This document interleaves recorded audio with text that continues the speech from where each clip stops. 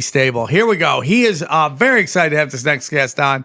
His podcast is called 6G Agenda. Please welcome Andrew Clinton. How was that? It was fucking awesome, dude. I'm very excited to be here, Sam. Hey, it's a pleasure to meet you guys. A long-time listener, big fan. Listen every week, even to this day. So thank awesome you, buddy. I appreciate having you on. I've seen you on the Outside Mind podcast. I've seen your guys' clips. I thought you were great, so I'm very excited to have you on. For those who may not be familiar with you, can you tell us a little bit about yourself and where our listeners can find you? Yeah, I have a podcast with my buddy Justin. It's called 6G Agenda. You can find it on all platforms. We've got a small Patreon. We're kind of just kicking off. Very new to the game with the podcasting, but old game with the research. I've been going hard for some years now. And just kind of finally bringing some shit out, some little different takes to the madness. So you were just doing it for the love of the game. You were just like, I'm going to learn all this and tell nobody. And then you're like, pretty much. Yeah, I mean, COVID killed me, man. I just kind of started listening to some, it kind of woke me up, slapped me in the face. I was into kind of the sensationalist conspiracies, like, ancient alien kind of shit. But after COVID, I really started to wake up to more of the deeper, darker aspect of everything. Got pretty dark black pilled by Bill Cooper, right? And after that, I've just been going ever since. So was there one conspiracy that you were just like, you did the research and you go, oh my God, it's real? Man, I kind of think, the Mystery Babylon series that Bill Cooper did. I've kind of done a lot of studies on that, and I think that's just, it's here. I mean, it's what everybody talks about all the time with different names attached to it. It's a rebranding of the same philosophy. I call it Luciferian, Illuminati. I mean, it is still, that name holds so true, and it's funny how they made that a kind of cliche thing to say when it kind of hits right on the head with what we're looking at. I remember the one conspiracy that I did a deep dive into it, and I was like, oh my God, it's real. And that was Pizzagate. Oh, yeah. Oh, yeah. Yeah, when I realized that the kid who shot up the pizza parlor, his dad worked for Hillary Clinton and ran a kids film production company. And did a Habitat for Haiti orphans. I was like, oh my God, it's all connected. And then when you find out, because that was, even though nobody knew it, that was the first time we'd heard all the cameras were off. All the traffic cams weren't working that day, conveniently were turned off. And you're like, oh my God, it's all true, dude. And that's why I lost a lot of friends. Yeah, dude, they always sacrifice their kids, man. And, it's funny. His kid was an actor, and he had that production company, right? And so it's just weird how they always sacrifice their kids. And that kid had only a week or two before gotten in like a fatal car wreck where he had like killed somebody, I believe. So he was looking at like a pretty long time in jail. And the guy that shot, that's a kid who shot. He got in a car accident. No, I think he got. No, but he's dead, right? No, he died later on. Yeah, a cop shot him or something like that. Yeah, gets out of jail and then a traffic stop. Same thing with the January 6th. They kind of do that to shut people down, shut people up. I don't know what it is. With that particular case, Charlie Kirk, I feel like is kind of a similar thing. I mean, his dad, worked with Trump. I mean, built Trump Tower as the architect. So there's a lot of weird connections there all the way back then. So that guy who yelled, "I'm the shooter," and was telling people he's paid to do that. Like 3 days later, it's like, oh, here's some CP charges on you. You're not talking to anybody. And then what was Erica Kirk owned like something in? She's like, there's a lot. There's a lot adoption. With her. Yeah, there's a lot coming out about that. I've been kind of deep diving into that recently. I'm kind of waiting until all the shit comes out to fully kind of re-go into that. Whenever it first came out, I went into the initial symbolism, like the Freemasonic symbolism of the whole thing. There's a lot of symbology within the names that were involved in this, which is kind of weird. Like Charlie means free man and Kirk means church, right? Well, the last man to ask him a question, I think his name was Hunter Kozak, and he changed the subject to shootings. And Hunter Kozak means the hunter, and Kozak means free man. So the hunter of the free man is the last guy to ask. Yeah, right. So you look at the name shit, and then shit starts to get real crazy. So yeah. And then that kid was rehearsing his reactions. Right. So weird. It's just And also weird. the book, too. When you look at the book that came out, it came out the day before. There's a lot of symbology with nines. With that, it came out on 9/9/2025. If you add up 225 is 9 again. So triple nines. And the book that came out was Anastasia J. Casey was the author. Well, I looked everywhere trying to find this book or like author. It's not real. So somebody put a fake book with a fake author. So I look at the name. I'm like, well, what does that mean? Anastasia was a Christian martyr in Orthodox Christianity. J is one of the pillars in Freemasonry, which means he establishes. And then Casey is the brave, vigilant watcher. So when you put that together, that's the martyr establishes a brave, vigilant watcher, right? And then Kash Patel says, I'll see you in Valhalla. We have the watch now. And what are they doing? Hate speech laws, this new surveillance system. They're buying up TikTok, everything with the hate speech. I mean, I don't know, man. It's kind of odd. So the question becomes that the average person will be like, that's all coincidence. Right. But then we have to go like, how deep does it go? That everything is like yeah. just like, is it assimilation? Is it people moving chess pieces? Like that's so crazy, dude. All that shit. It almost has to be, you know. And there's somebody that an old school conspiracy guy. I don't know if you've heard of him. He came out with the Killing of the Kings. It was all about JFK. Do you know who I'm talking about? Have you ever heard of him? Will you look that book up, The Killing of the Kings? Yeah. My question Yeah, is, Killing of the King ritual. did anyone actually get that book that was about the Charlie Kirk assassination? Did anyone actually, were they quick enough to buy the book? I don't think anybody got it. It had to be fake. I mean, there's a fake Yeah, it was author, just so AI. who published it? The publication may have been real, though, so maybe somebody used that author name. You might, I don't know. That's so. Well, and you see it now. Even the AI is generating entire books about current events. Within moments of people Right. just slapping them up on the internet to profit. It's the equivalent of, you remember that, like in the 90s especially, there would be these kind of genre movies. There would be a popular movie, and then you would have like 10 movies that kind of sounded similar to it. Like, if Jaws was a big movie, there'd be like Shark and Shark 2. You know what I mean? Remember that? Yeah. And they do that now with books and stuff through AI. They just profit off of current events and popular culture. Howard and Andrew Jones?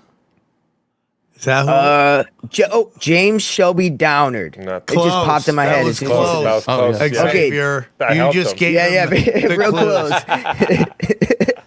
close. So, anyway, James Shelby Downard, he had a whole thing, dude, deep dive on. It was like the 33rd latitude where JFK was shot. It was in front of the first Masonic building in Dallas. He went into all this shit, and the name, like symbology, is why. Like that's where I started with that because of him and the JFK killing, and so it holds true in the Charlie Kirk shooting. So my point is, how deep does it go? What do you guys think about the Google research, the Google searches Oh, or that's whatever? so crazy. So What is this? Yeah. Oh, you haven't heard this? So Oh. some guy got an idea to see if anybody in Washington was Googling any part of the Charlie Kirk Oh, yeah, I assassination. saw this. Yeah. It But was just it weird. goes crazier. So I'm hanging out with Kurt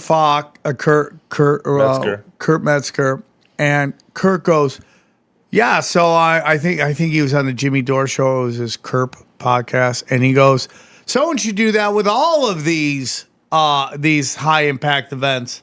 Turns out, Oh wow. every one of them, there is a Washington D.C.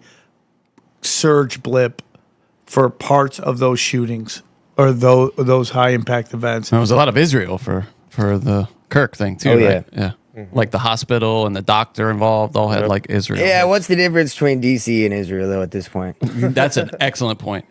That is so crazy, bro. That is so crazy. My thing is, Does the VPN not cover that, Johnny? Are these people stupid enough not to use a VPN if you're gonna research some shit like that? VPN absolutely, and you could also VPN it to make it look like it's in Israel. Also, yeah. So it's not. Yeah. Right. It's So not that certain. is a good point. But the dates, can you backdate the URL though? Like, can you Well, make it that's look the like thing, yeah. a date that That's it's the not? thing. No, I don't think that's Yeah, possible. and up until this moment, no one had ever thought about that. No one Right. had gone, why don't we go back and see if anyone's Googling Tyler Robinson, who we yet to see live, by the way, like with other people. Meaning every time we Yeah. see him, he's in a video walking by himself. He's in Dairy Queen by himself. He's in jail You're by talking himself. AI. You're talking AI. curious. It's easier to do AI with one person than with multiple people. You're Because right. then you have to fabricate multiple people. Yeah, that's a good point. Yeah. Yeah, you just plug in, hey, give me a blurry surveillance photo of this person, and then give me 3 different ones. You know, it's Thank you, Sora. It's not that hard anymore. And then the Dairy Queen picture, right, with Superman. Next day, his bones were made of steel. I mean, it's so crazy. Did you hear the theory about his mic magnet maybe having a fragment of a bullet that, like, it blew up, sent a projectile into his neck? So that way it was, I mean, it sounds a little nuts, but also this is like high level shit. So maybe it was because, I've been kind of reading about this Tennessee explosion that happened at this place that makes bombs. Is that recently Yeah. or the one that was like outside Yeah. of AT&T? Recently, it was like Okay. last week. 18 people died, and so their website's down because I looked it up to see if they made PETNs, which is these small explosive devices that they used in the pagers to kill those people Israel Oh, yeah. used. Yeah, so I looked up to see if maybe this place makes them, and their website's down. I couldn't tell, and I was just kind of wondering, with that theory of that microphone, maybe being a little explosive device. I thought don't know. the It's exact same skep- thing. And I was on Adam possible. Carolla. I was on Joe Rogan. And I was like, because they were like, that was masterful. That wasn't their word, but they were like, wow, that was like brilliant. I go, watch yourself, dude. Because if they can hit those pagers, they can hit anything. They can turn anything into a bomb. And then them giving Trump the gold pager. What do you think that was? Was that a intimidation move? Probably a little bit of that. Probably a little bit of, hey, letting everybody know we did it. I mean, they claimed it, but Yeah. like we're proud that we did it. And how Right. everybody on the Zionist right was like, yeah, you got to take out these terrorists. I go, it's really crazy that the terrorists are the ones being bombed in their own house, on their own land, in their own country. That's the weirdest terrorist I've ever seen in my life. Yeah. Yeah, and the fact that Israel's given over like 90 bodies, all tortured, maimed, amputated. It's terrible, absolutely terrible. Speaking of Kurt Metzger, I planned on making a show. I was kind of getting stuff ready. The first episode I did was about Fort Bragg Psyops, and Kurt Metzger talked about this commercial on Joe Rogan. It's called Ghost in the Machine. Yes. Have you seen that? Yes. Yeah. And so that came out of Fort Bragg, right? And I started looking into Fort Bragg and like what's connected to that. And dude, it went crazy. But pretty much this place has every psyop comes out of this place. Whether it's either somebody who went to Fort Bragg, anthrax connects back to Fort Bragg. It's insane. So yeah, I came out with this little thing because of what he said. So I Kurt's want to got hear some about gems. it. Yeah, Kurt's an AI. Like like I got the blessings of hanging out with him almost every night or every day in Austin, and it's just you sit there and you just stay in the storm of chaos. And he just is an endless pit of information because that's all he does. He just Googles all day. And it's fun to watch because, Kurt wasn't that guy 3 years ago. Maybe he was, but he didn't talk about it. But Conspiracy Kirk is like, came out of nowhere about a year and a half ago. At least that's how it appeared to me. Because we would have discussions about this, and he was very like there's still things he won't get into, and I go in 2 years you'll be there, which is like nukes aren't real and viruses aren't real. If you say viruses aren't real, he just like has this freak out, but it's like I want to get Dr. Andrew Kaufman on his show, but I need to be there to kind of like hold Kurt back so that Andrew can get out what he wants to say, right? So, but yeah, Kurt's really deep into that stuff, and so you bring up Fort, and I want to hear what you have to say, and I'll shut up.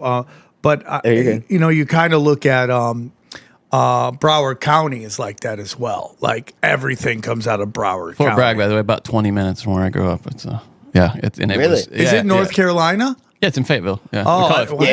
It's massive. I mean, 250 miles wide too. You know. Oh, really? It's that big of a army base, the housing military base? It's the biggest military base in the world, if I'm not mistaken. It's definitely the biggest in America. Deal. It's and they also expanded it. So long ago with that. What was it called? The Brack bricks or something? I don't know. Well, this project to kind of centralize a lot of stuff there, and they but the housing from that complex goes into all the towns around. Like people, it's so big that people who work there, that town is not big enough to house all of them. So it's like into my town and like Raleigh and Chapel Hill and Charlotte. It's massive, dude. Yeah. Everybody around there's military too. Like you go into like a Best Buy, it's just all military guys in there. Wow. It's huge. It's huge. Yeah. It's like, I wouldn't live like over Hollywood here. It's like Hollywood here. Everybody's industry. It's like that, but military. Is it all the billboards all military billboards? Like I remember when I lived in Vegas, every billboard was a gambling one. And then I moved to LA. I'm like, oh, every billboard is a movie billboard or something like that. And it's all like private industry too that is somehow military affiliated. It's like rifle customization stores, where you can just get everything, like it's training grounds, like a lot of private training grounds around there. It sounds like San Diego. If you're kind of around San Diego, you'll get a lot of the military people, and you just kind of it's just bigger. It just kind of just spreads out everywhere. There's so much. That's crazy. So what'd you learn about this base? Yeah, so it's the main hub for Psyop division, right? So psychological operations. So the first Psyop division was actually started in Kansas, and they moved it to Fort Bragg, I believe, because it became one of the main tactics of combat. And so you have Vietnam War, where they used, the screaming helicopters that drove people crazy, all that shit. That came out of kind of Fort Bragg. And then Michael Aquino. Screaming helicopters? Yeah, have you not heard about the have you guys heard of this? Frequency screeches that they would send out of helicopters, and it would pierce people's heads and make them crazy? Kind of like the Havana syndrome, but back in the day. Yeah, I don't have deep notes on that now, but yeah, that was. Wait, is this like some of the shit I was reading black about. helicopter phenomenon? Like the people that would feel like they were being tormented by black helicopters? Is it related to that? Yes. Yeah. Okay, yes, and this was where it was kind of born, was Vietnam. And you had under Michael Aquino, right, Mind War creator, the book Mind War. He was the guy who was the general that was kind of running the command of all these psychological operations in Vietnam. I think that a lot of this shit kind of came back here as far as, domestic terrorist tactics, like COINTELPRO with Black Panthers, and far right-wing groups in the 90s is what that kind of turned into, COINTELPRO with them. So you don't think the Black Panthers were organic? You think it was? Oh, yeah, they were. Yeah, but they infiltrated them, and kind of like the hippie movement with Charles Manson, you go in there, then you fuck around and make shit so you could point at them and say that they're,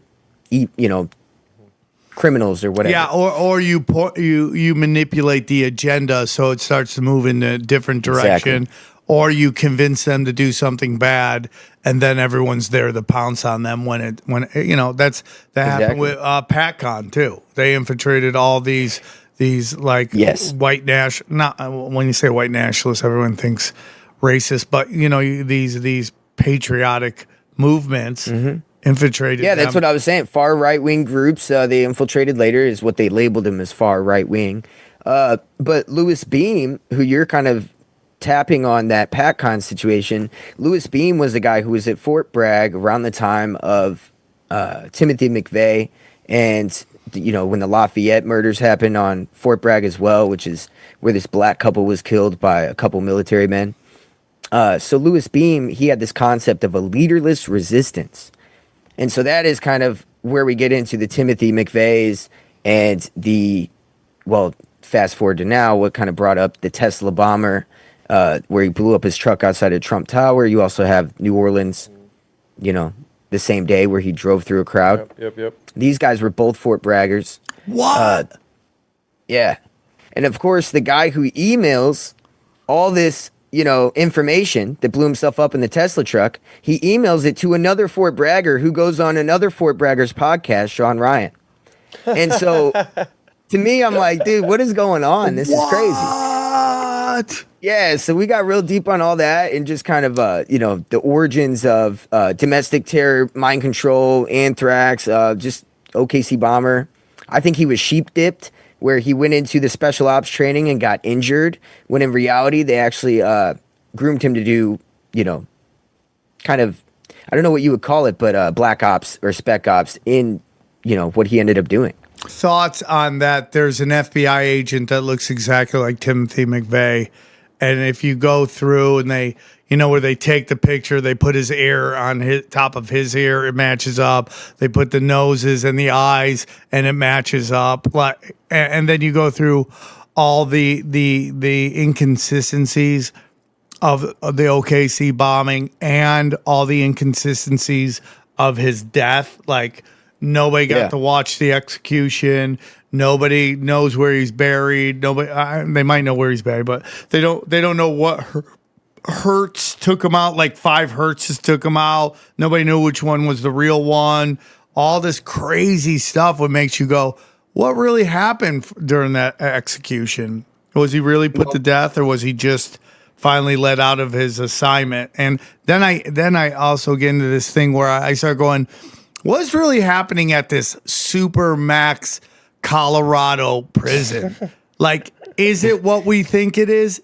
Are these guys really hidden from everybody? Or are they kind of taken there and then they take somewhere else? They live life. When they need them, they bring them back in. They do prison interviews and then they go live the rest of their life. Like, I know that seems like a lot, Johnny, but okay, everyone they send there.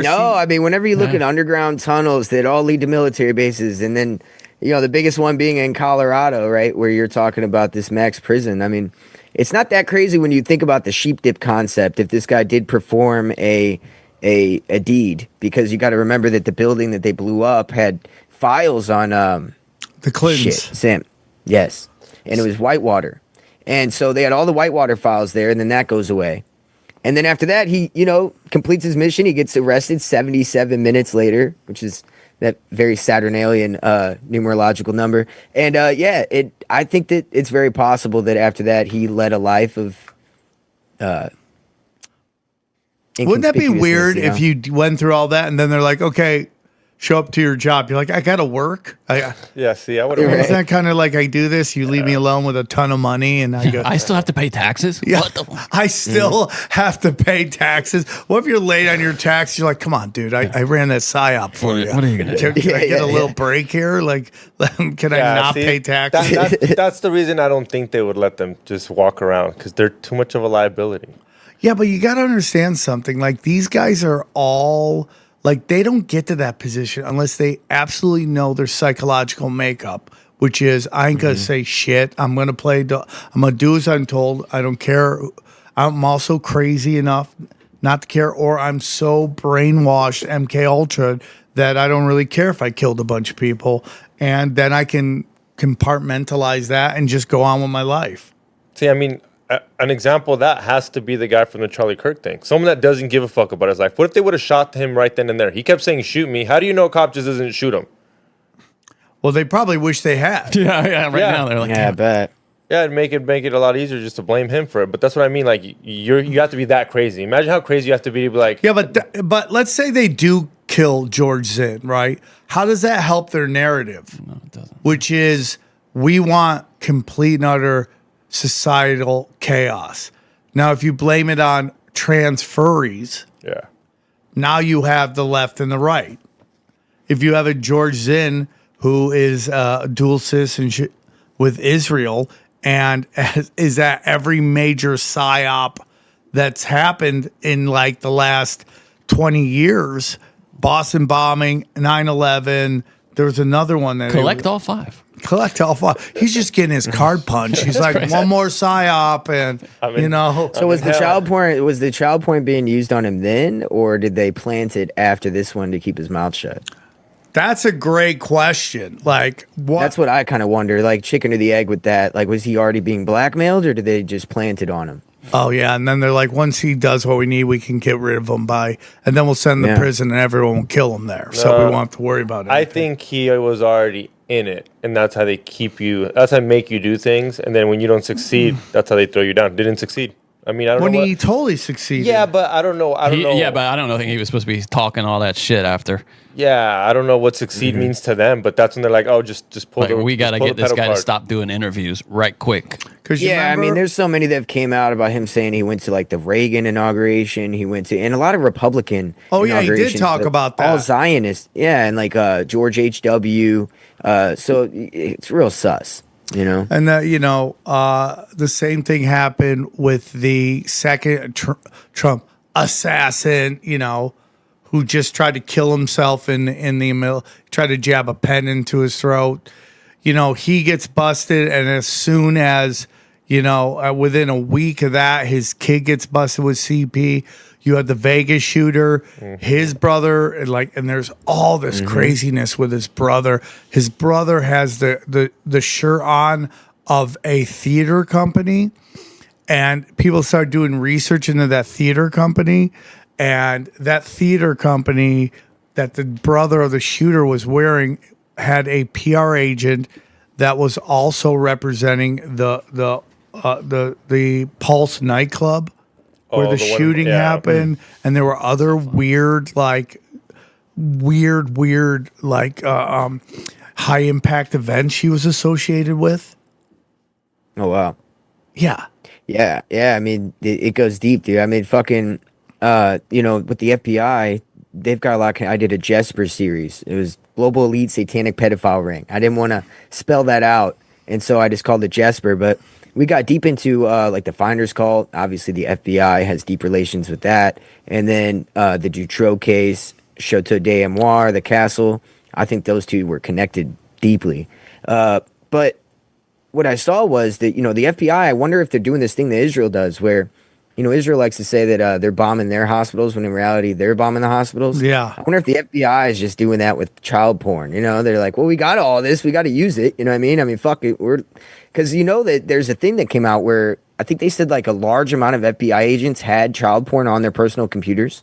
Well, there's a very famous Pentagon story that Anderson Cooper did a story on where they found like thousands and thousands of agents at the Pentagon were busted with kiddie porn on their computer. Yep. It's odd, man, but it seems to be in their culture as far as like not everybody's culture in the military, but I just mean in their culture as far as when you get high up enough, I'm telling you, they're teaching them this mystery Babylon kind of style of thinking is pretty permeates kind of through everything. I think the Pentagon is a Pentagon for that reason. I think that like Michael Aquino, his influence on the military was very deep, and so I don't know. I mean, kind of gets wild with that. We're all about the wild here, dude. We're like, that's what we want to talk about. But it is all real. Sorry, I didn't mean to cut you off, but I'll shut up. But it's definitely nothing is real. Yeah, everything's fake and gay, literally fake and gay. I mean, I'm not even kidding. So it's like they position these people. And they just find out who's into weird shit, and they just position them in a place where they can pull the trigger.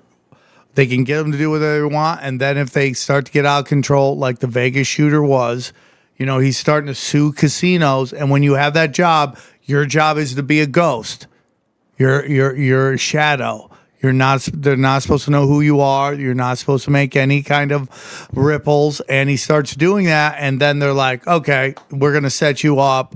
We're going to shoot up this country music festival to send us for a bunch of reasons. One is to send a message that you're never safe, no matter how much security there is. Gun laws. They want to bring in more security in the casinos. So it's all astroturfed chaos. Yeah, I mean, you saw the map of all the different calls that night around the Vegas shooter, right? Oh yeah, There's like there were shootings I mean, everywhere.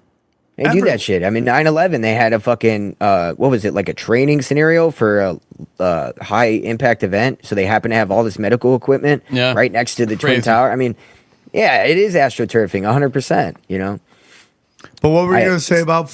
You were gonna say something before I jumped in. yeah, no, you're fine. I was just gonna segue into the Mystery Babylon thing because that is kind of a outlandish concept. If you just name drop just that, it really has no context. So I could kind of lay down some of that. I think it permeates everything into today. And you probably know fucking 80% of this, so it's not going to be that. No, that's fine. Too new. That's fine. My yeah. whole theory, and because I want to hear yours, is that there are disciplines and beliefs that are much older and way above the Abrahamic religions. Yes, sir. And Definitely. when you start going, this Abrahamic religion's doing it or that Abrahamic religion's doing that, in reality, it's like people above that are pulling strings and manipulating puppets. And they're just getting all, and it's way above it. Even with Epstein, you see all this Babylonian symbolism like everywhere that lets you really know, because if they go, hey man, we're into Satanism, everyone would freak the fuck out. But if you go, oh, I'm a Jew, I'm a Catholic, I'm a Christian, I'm a Muslim, people don't have a weird reaction to that. But if your actions are that, that's where things get weird. So why don't you get into it? No, 100%. Yeah, I agree. Whenever, there was a period of time, you had some, I'll just segue into this real quick. There was a period of time whenever you had some guests on where I was almost blackpilled off your show for a minute because I was like, dude, these people are all on here trying to silo people that want to figure out the truth into exactly what these elites worship without them knowing. Interesting. Yeah, like the new age religion, this idea of being in a prison planet. I mean, this is what these guys believe in. But what does that mean? The context behind it, I'll lay that out for you. But yeah, there was a period of time where I kind of got, I was like, what the fuck? But yeah, so all that stuff like the demiurge, all that stuff you think is a psyop.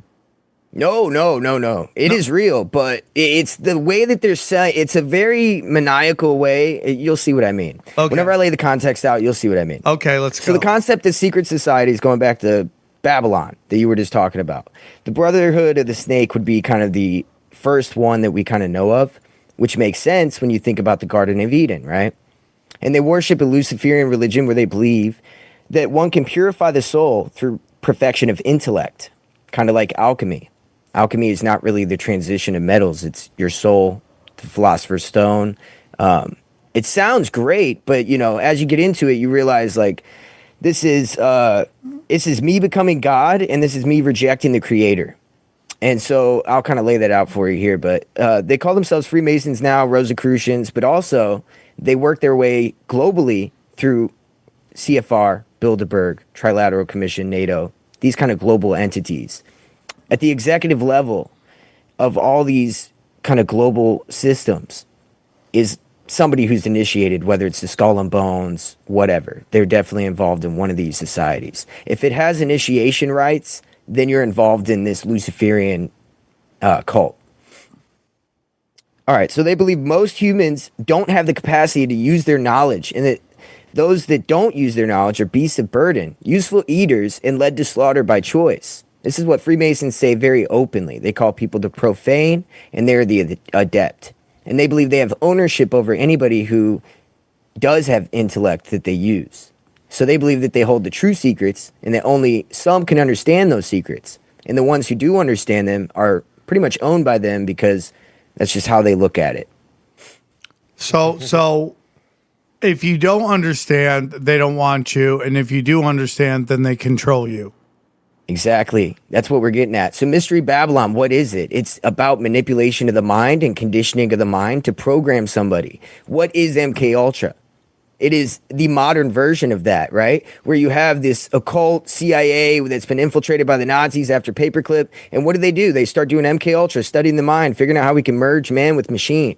And that'll all make sense in a minute, because I think it is what you say. It's digital they're digital. Say it. The digital black magic shit, because that's what it is. You know, they're.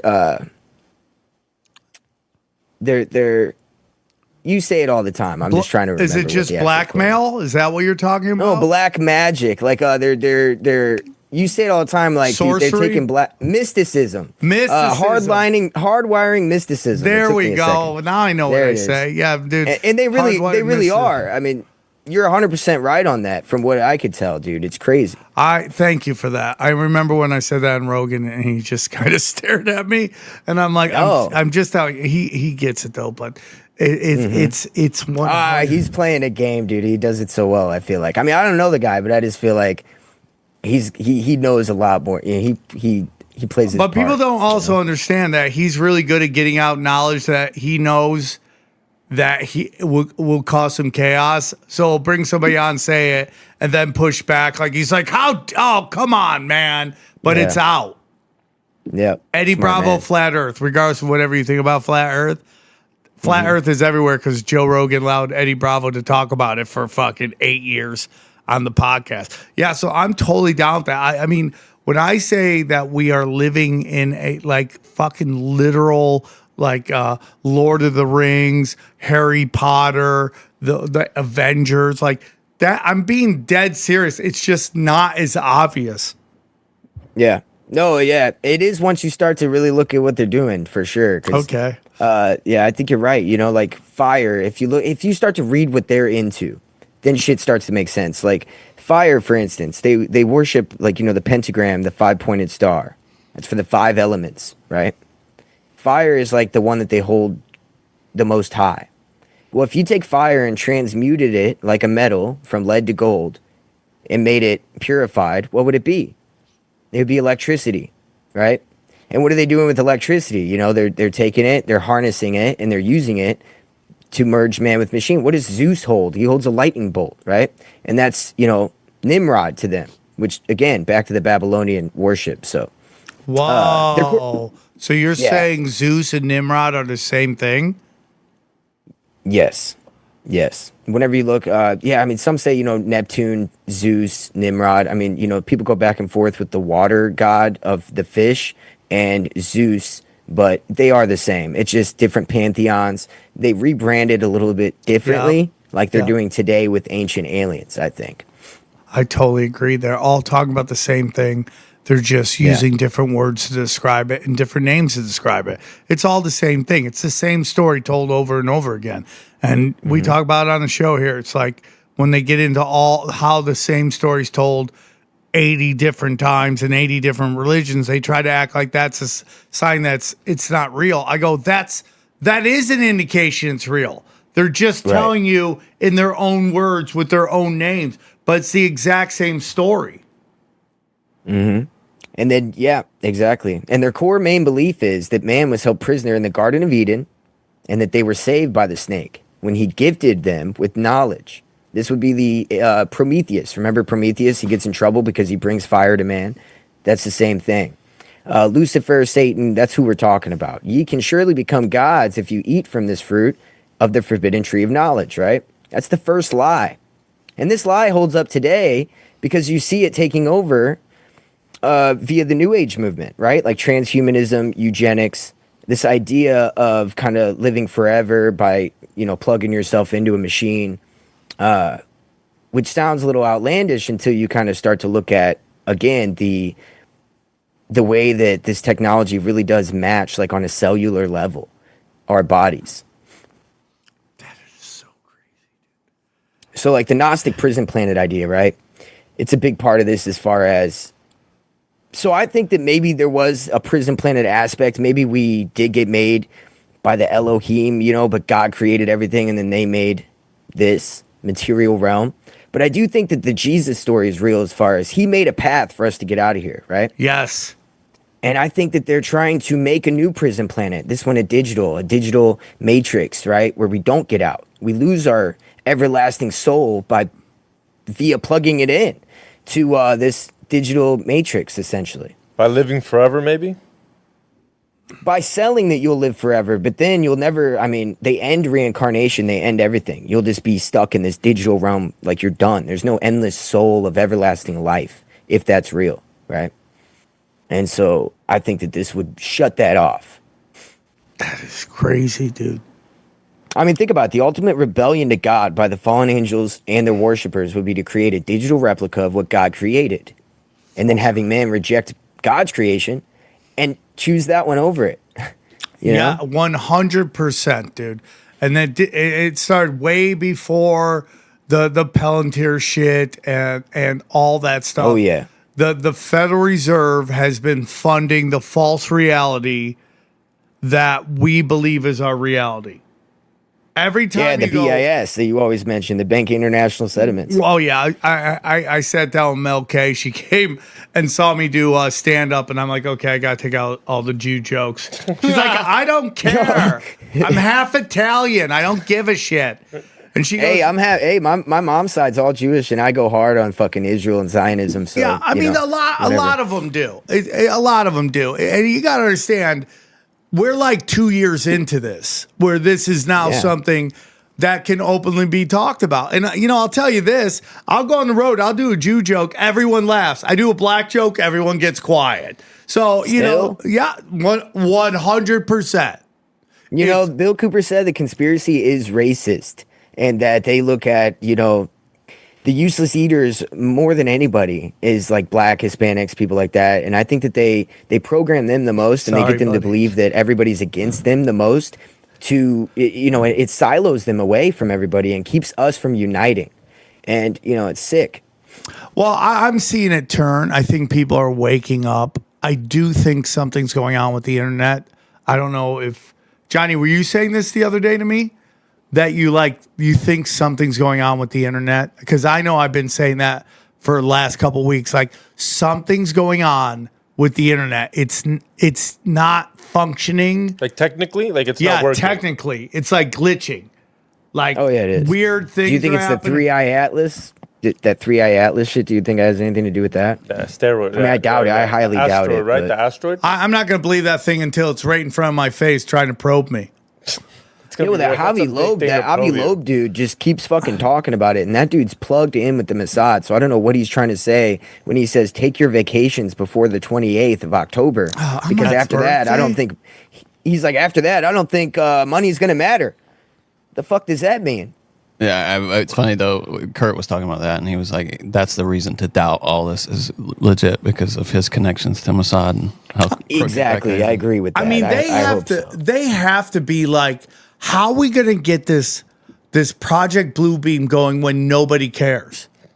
Like literally nobody cares. Like high impact events like a Vegas shooting or a Charlie Kirk assassination in America, like we pause. And then we just go right back. But we all don't pause. Like Instagram models do not care. They are still butt ass up, face down pictures. They don't care. So they gotta be going, how are we gonna get everybody the freak out? If we only get 10% of the population, it's not gonna work. We have to get a majority of the people to freak out on this. And I just food shortages and war, I think would. Well, you know, who just texted me? Oh, Jeffrey Wilson from the Conspiracy Farm. He was like, man, they're cutting off these EBT cards. Are they? Yeah, they're starting to cut it down, dude. And that's when people are going to start freaking out. No.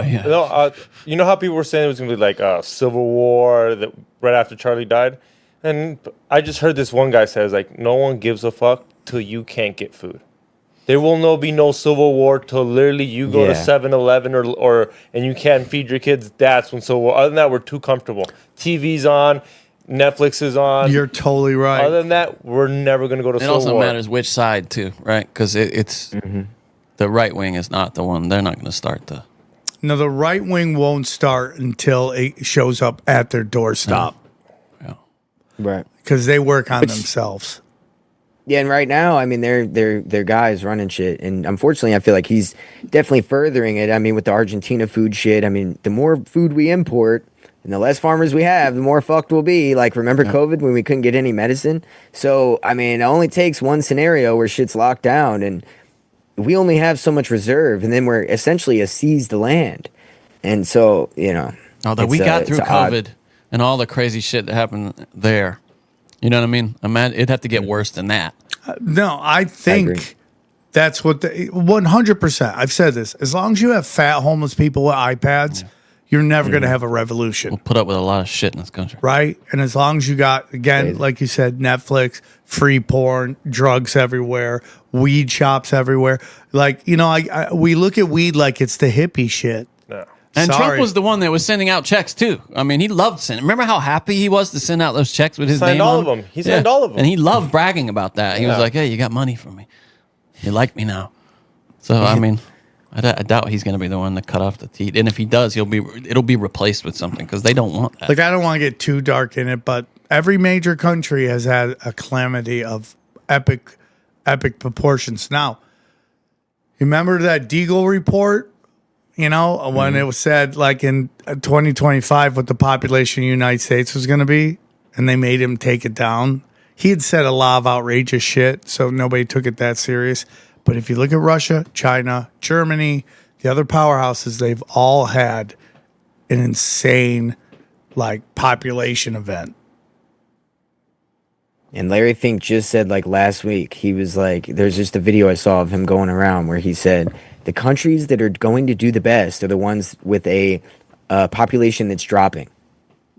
So I don't know what the fuck that's supposed to mean. Yeah, what does that mean? Yeah, it's crazy to say. They're saying the shit out loud. I mean, the CEO of Pfizer is talking about how these new digital pills that activate in your stomach, you know, they're going to imagine the compliance is what he said. I'm like, what the fuck does that mean? Imagine the They're just saying- compliance. He said that. Wow. Yes, dude. I'm telling you, the things they're saying right now are just so odd. The guy who runs the Bank of International Settlements that looks like a fucking bowling ball was just talking about how they're gonna make money a privilege, essentially, where they could like turn it off or something along those lines. Oh yeah, the digital. When they go digital, it's over. And so that kind of leads into this idea of, again, the hardwiring of mysticism. So the blockchain matches the structure of DNA. I don't know if you guys knew that. What? Yeah, so blockchain operates as a decentralized network, right? Similar to how DNA is replicated in cells, where multiple identical copies will exist. So they're trying to make it, we're going to get into it, dude. It's crazy. DNA has a vast capacity for data storage and making it a potential solution for blockchain technology, which can store vast amounts of genomic data securely. This is like, you can find links to this in their studies. They're making it compatible with our body. So it can adapt and grow, exhibiting properties of life, blockchain can, which is analogous to how DNA functions in biological systems. Oh my God, dude. It's Who came in here and said that the Jeffrey Epstein's files or something were inside his DNA or something like that? No, that- Yeah. I heard that. Richard Wilsett, I believe, is it Wilsett? He came on here and talked about that. And it's crazy because Joe Rogan just had that guy on again. Remember, because that's the dire wolf guy. Yeah. And he could turn, where he took code, put it into DNA, or took code of DNA, turned it into put it on a flash drive or some shit, and then was able to mess with it. Oh yeah, there was a It's big insane. story this week too about how they can use nanotech to possibly stop and cure certain kinds of cancer. Like this, they did it in mice, like totally reversing cancer with nanoparticles in your bloodstream, which is like, oh, Yeah. boy. The That's new how they're Tucker going to get you, Carlson. too. Yeah. Hey, man, you don't Yeah. want cancer. Here's some nanobots. Yeah. I mean, dude. Wait up. You take the cancer? No. No, you take these get nanobots cancer. and then let's say 10 years from now they hit you with, hey Sam, you have some type of cancer, and they hit you with it's been proven nanobots. No, yeah, it's an offer you can't refuse. Yeah, Yeah. totally. Exactly, you take it, right? Even if there was if you believe them and you want to live. But I know. This is but, a part of Operation Stargate. This isn't 10 years. I mean, RFK just said we're going to shut down mRNA so we can put more money into customizable vaccines, which is mRNA technology. It's exactly what you're talking about. It just customizes itself to your genome once Yeah. it's inside of you. because it's like AI nanotech that And it's just programmable. changes itself. Yeah. So crazy. So we're never Very dying. crazy. So we're never dying. Is what or, I hear. or we're never living. Or we're And they could they could target bloodlines, dude. I mean, no, think about it. This is not like when you think of the nefarious side of it, Yeah. what does that do? Like whenever you listen to the new Tucker Carlson episode with that guy who was like a bio-war fucking part of the fucking Department of Defense, like this guy had security clearances, and he's talking about how we have made single cell life out of silicon that can self-replicate itself. And what that means is you can send that into an object and it can make acid that melts through metal and destroys something, and you can send that same thing into a body and it can customize itself to only kill a bloodline. Dude, So it's- essentially like a viral air pathogen that will only attack certain people. It's like the plot of the last Bond movie. That's the whole plot of the last Holy Bond shit. movie. Yeah, it was a program. I didn't see it, but Yeah, wow, it that- was programmed just to kill a certain DNA, like people of a certain family. Well, they've been talking about Israel's been working on that forever. It's here, dude. Well, they would love that I one, mean, eh? Unit 8200, fucking the big venture capitalist arm in Israel, like they were about to go out of the whole country was going to go bankrupt, and they took $100 million and they pumped it into this Unit 8200, and they created all this tech we see today. A lot of the Silicon Valley tech comes from there, and Kash Patel's girlfriend, she's a part of Unit 8200. What? Yeah, it's fucked up. It's the biggest venture capital arm in the world, and it pretty much only makes what we're talking about. Technology that can, encode itself into your body, and it's insane, really. It's anti-human. Holy shit, dude. What I was gonna say is. So let's get into. Go ahead, please. No, go, Sorry. go ahead. I was just gonna say, when you talk chemtrails, I was thinking about like, there was like everyone always says, well, how do you know, or why is it not targeting the elite, or how do elite not get? Because if you could do that, you can literally be like, how about you don't target the Rothschilds? Right. Yeah, of course. I mean, RFK just said that COVID, like, in an imbalanced way, attacked black people and not Ashkenazi Jews. I mean, he said that years ago, and everybody said it was not true, but there was real studies that the same guy that was on Tucker Carlson said that he saw those studies and that was a real thing, that COVID was attacking certain races more than others. I think it could have been a test for this technology. Who knows? No, I told that's the whole thing about 23andMe. There was this whole deep conspiracy that they were trying to find the actual bloodlines of Jesus. That they you might be the son of Jesus Christ, and Or is it the Nephilim? that could be it too, dude. What do they do when they? Dude, the guy you just brought up with the dire wolves, bro. What if he's bringing the fucking? I have a theory that like that technology could be used if they find the Nephilim DNA. They could bring that shit back, dude. Oh God. What do they do when they find know what I out mean? that you're it? Let's say you turn yours in, Sam, and come up with a little bit. I told of my Jesus. brother to go get it done because he's a guinea pig. Go get it done. oh, so you can get the information. That's awesome. You should get it for him for Christmas, the little kid. Yeah, here's a 23andMe kit. Yay! Well, it's funny, you say that because I did look up if like people in Israel could get DNA tests, and they can't unless it's certain things. They can't just check what their genealogical, what their past ancestry looks like. But it's funny because all the companies that do that are owned by Israel in a weird way. So it's like, man, you guys won't let your own people use it, but you want to know everybody else's past ancestry history. It's kind of weird. Yeah, because a bunch of them are going to find out they're not native to that land. And the whole facade is to believe that that's their land. When you want to talk about useful idiots, that's what that whole country is. Let's put some people there, weaponize them so they slowly, like a parasite, destroy the host and take over the land. Yep. And it's not even religious, dude. It's all about controlling that fucking trade route. That's what the Khazarians did forever, and I can hear Adam Green going nuts right now because he doesn't believe in Khazarians or the connection to Israel. I'm not quite sure what exactly it is, but Yeah, I don't think Kurt does either. He's big on that. He was. I mean, the whole conspiracy ties to Anglo-American, Eastern European bloodlines. The Rothschilds. You're looking at the Germanic, Eastern Russian kind of area, like this. Yeah, Khazaria. That is 100% a part of it. I mean, but it's also like it's like crazy because you say, "Oh, none of that's real," And then you look at the Ukraine, and that was Khazaria.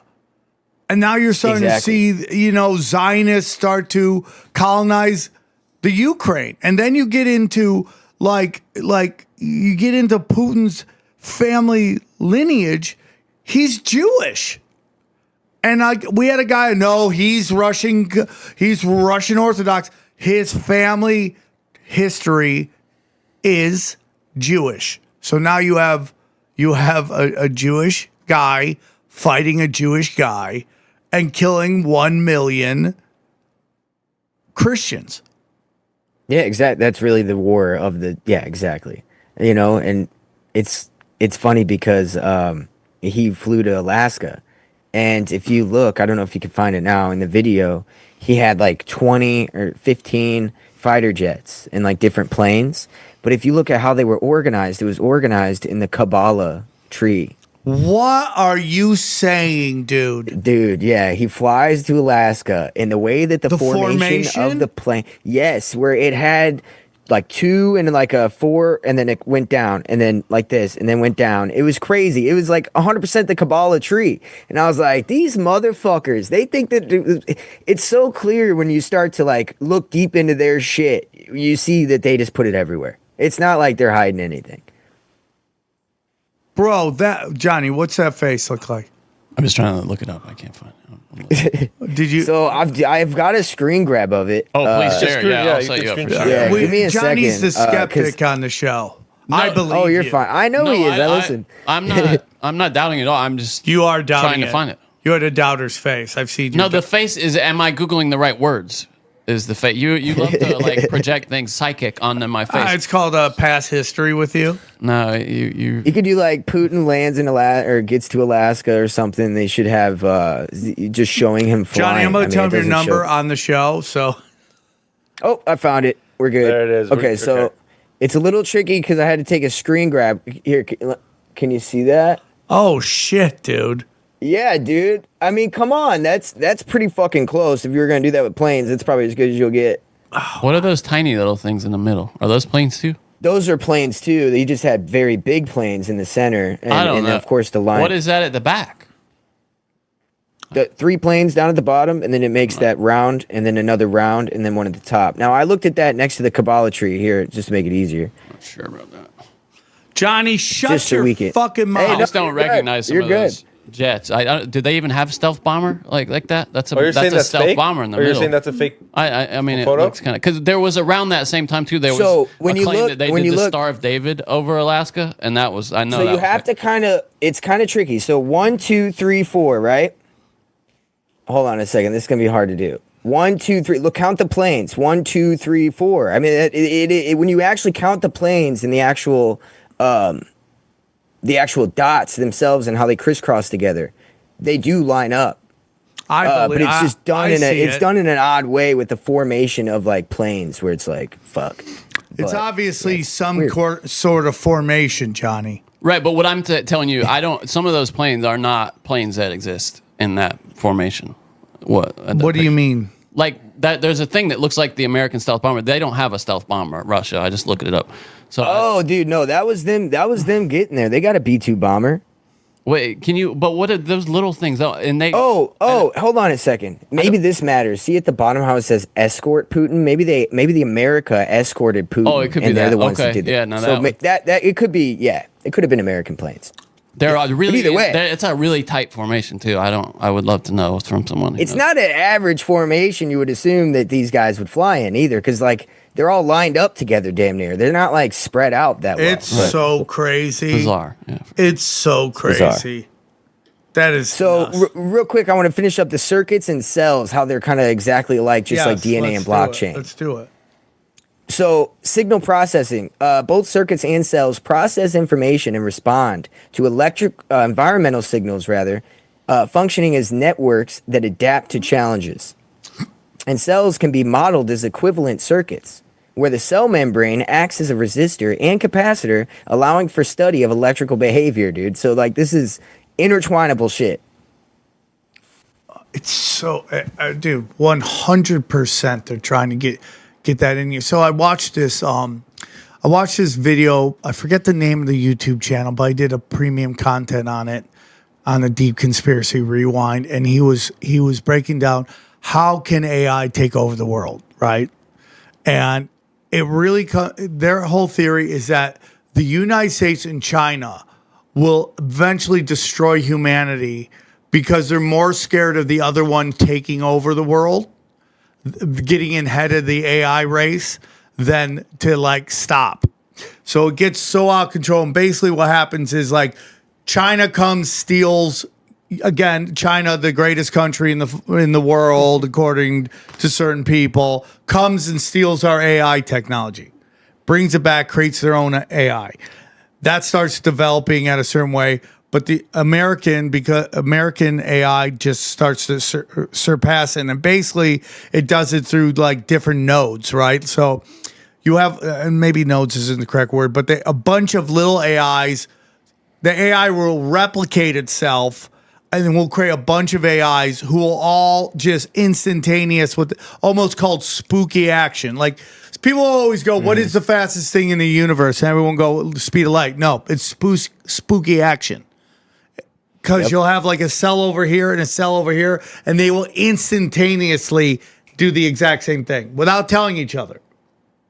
It's spooky. And yeah, I don't know how I feel about nuclear bombs, but what you're talking about, definitely, when they created nuclear fission and they split the atom, they definitely accessed the quantum realm for the first verifiable time. And after that, you get quantum mechanics and a lot of quantum computing.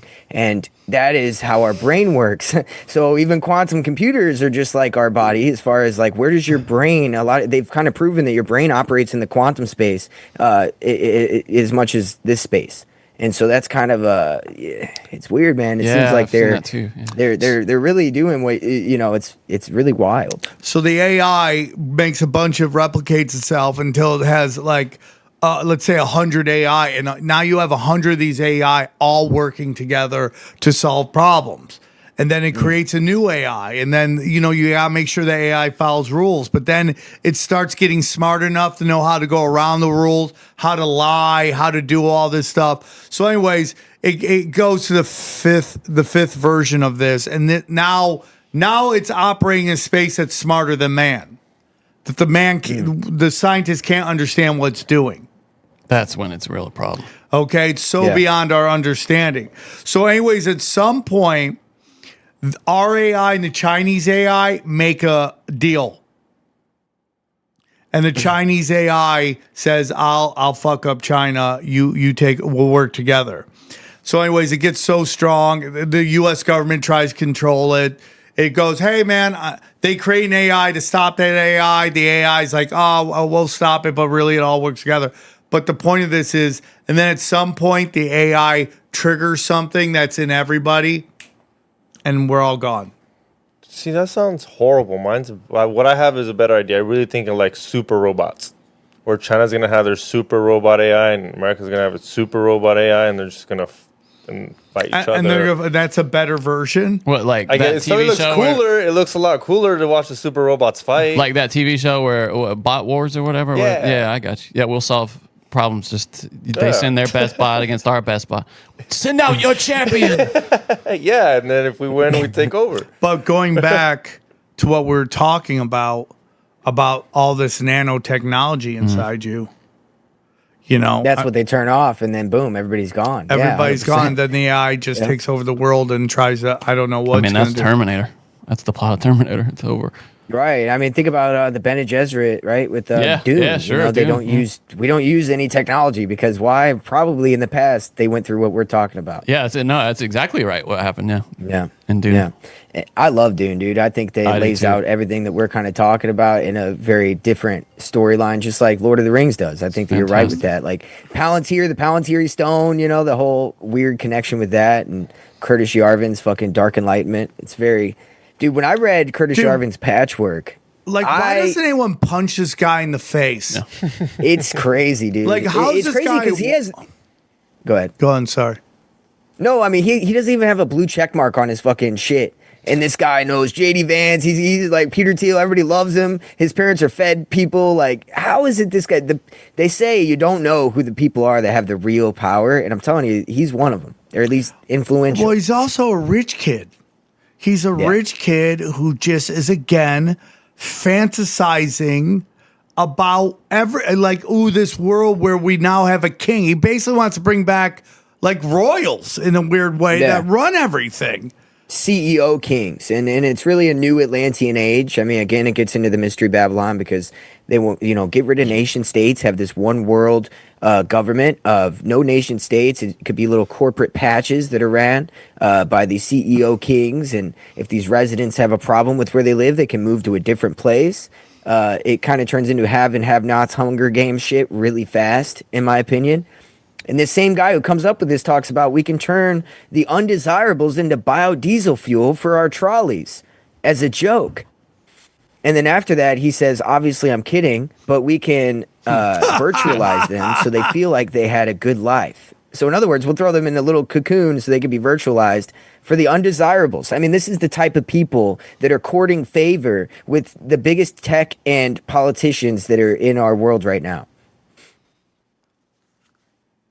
Wouldn't you want to be there just to hear how crazy their ideas are and no one goes, what the fuck are you talking about? It's like, bro, listen, it's going to be great, man. We're going to it's going to be like Hunger Games and there's going to be undesirables and we're going to turn them into gasoline that we could use for our trolleys. Yeah, dude.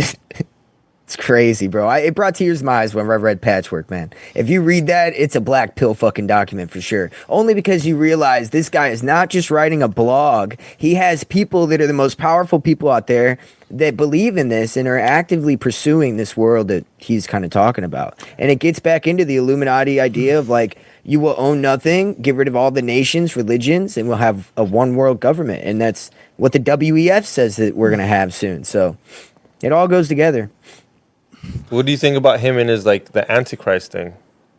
What do you think I think about it? I'm just wondering what it's. What do you think about it? That it's that's horrible. That obviously, I'm just wondering. I mean, I'm listening to him. He might have, obviously. I'm open-minded. It's like what a coincidence! What a coincidence that he's the one that's literally going to bring the Antichrist. It was just funny. I was just like, and all this astroturfing of the end of days, right?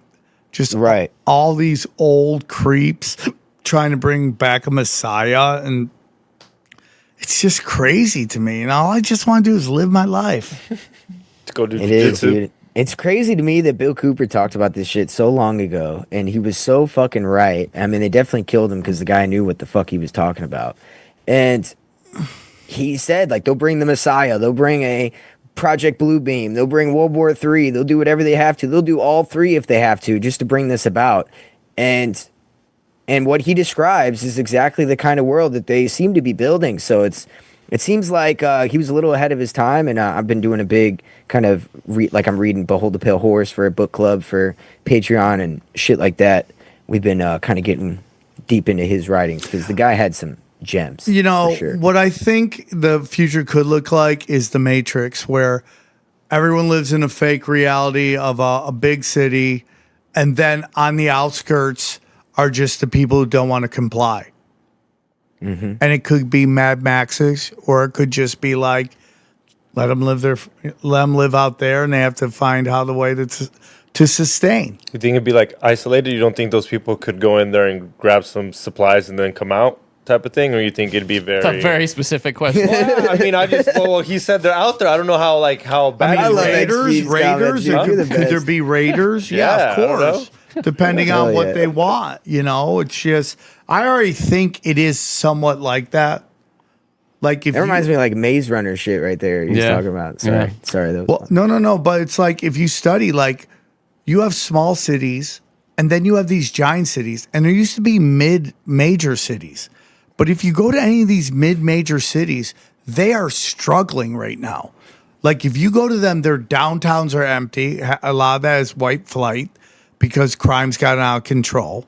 But you go, okay, maybe they want to flip the city into a smart city, or they just want to move us all into these big cities where they can saturate us in psyops and Satanism and darkness and just low vibrational activity. It's also these liberal convenience cities and major convenience. I'm sorry, Johnny. Yes. Go ahead. No, you're totally right. Convenient, but a lot of it's a lot of liberal cities that are failing. A lot of people are just moving to the south, like Charlotte, Raleigh, all the cities in But Florida. Johnny, Florida is on the way up. I mean, all those medium-sized cities are on the way up. What will happen in all these cities is when it gets good, the children of these you're people totally right, yeah. will destroy it. That's what's happening in San Diego right now. San Diego was a red city.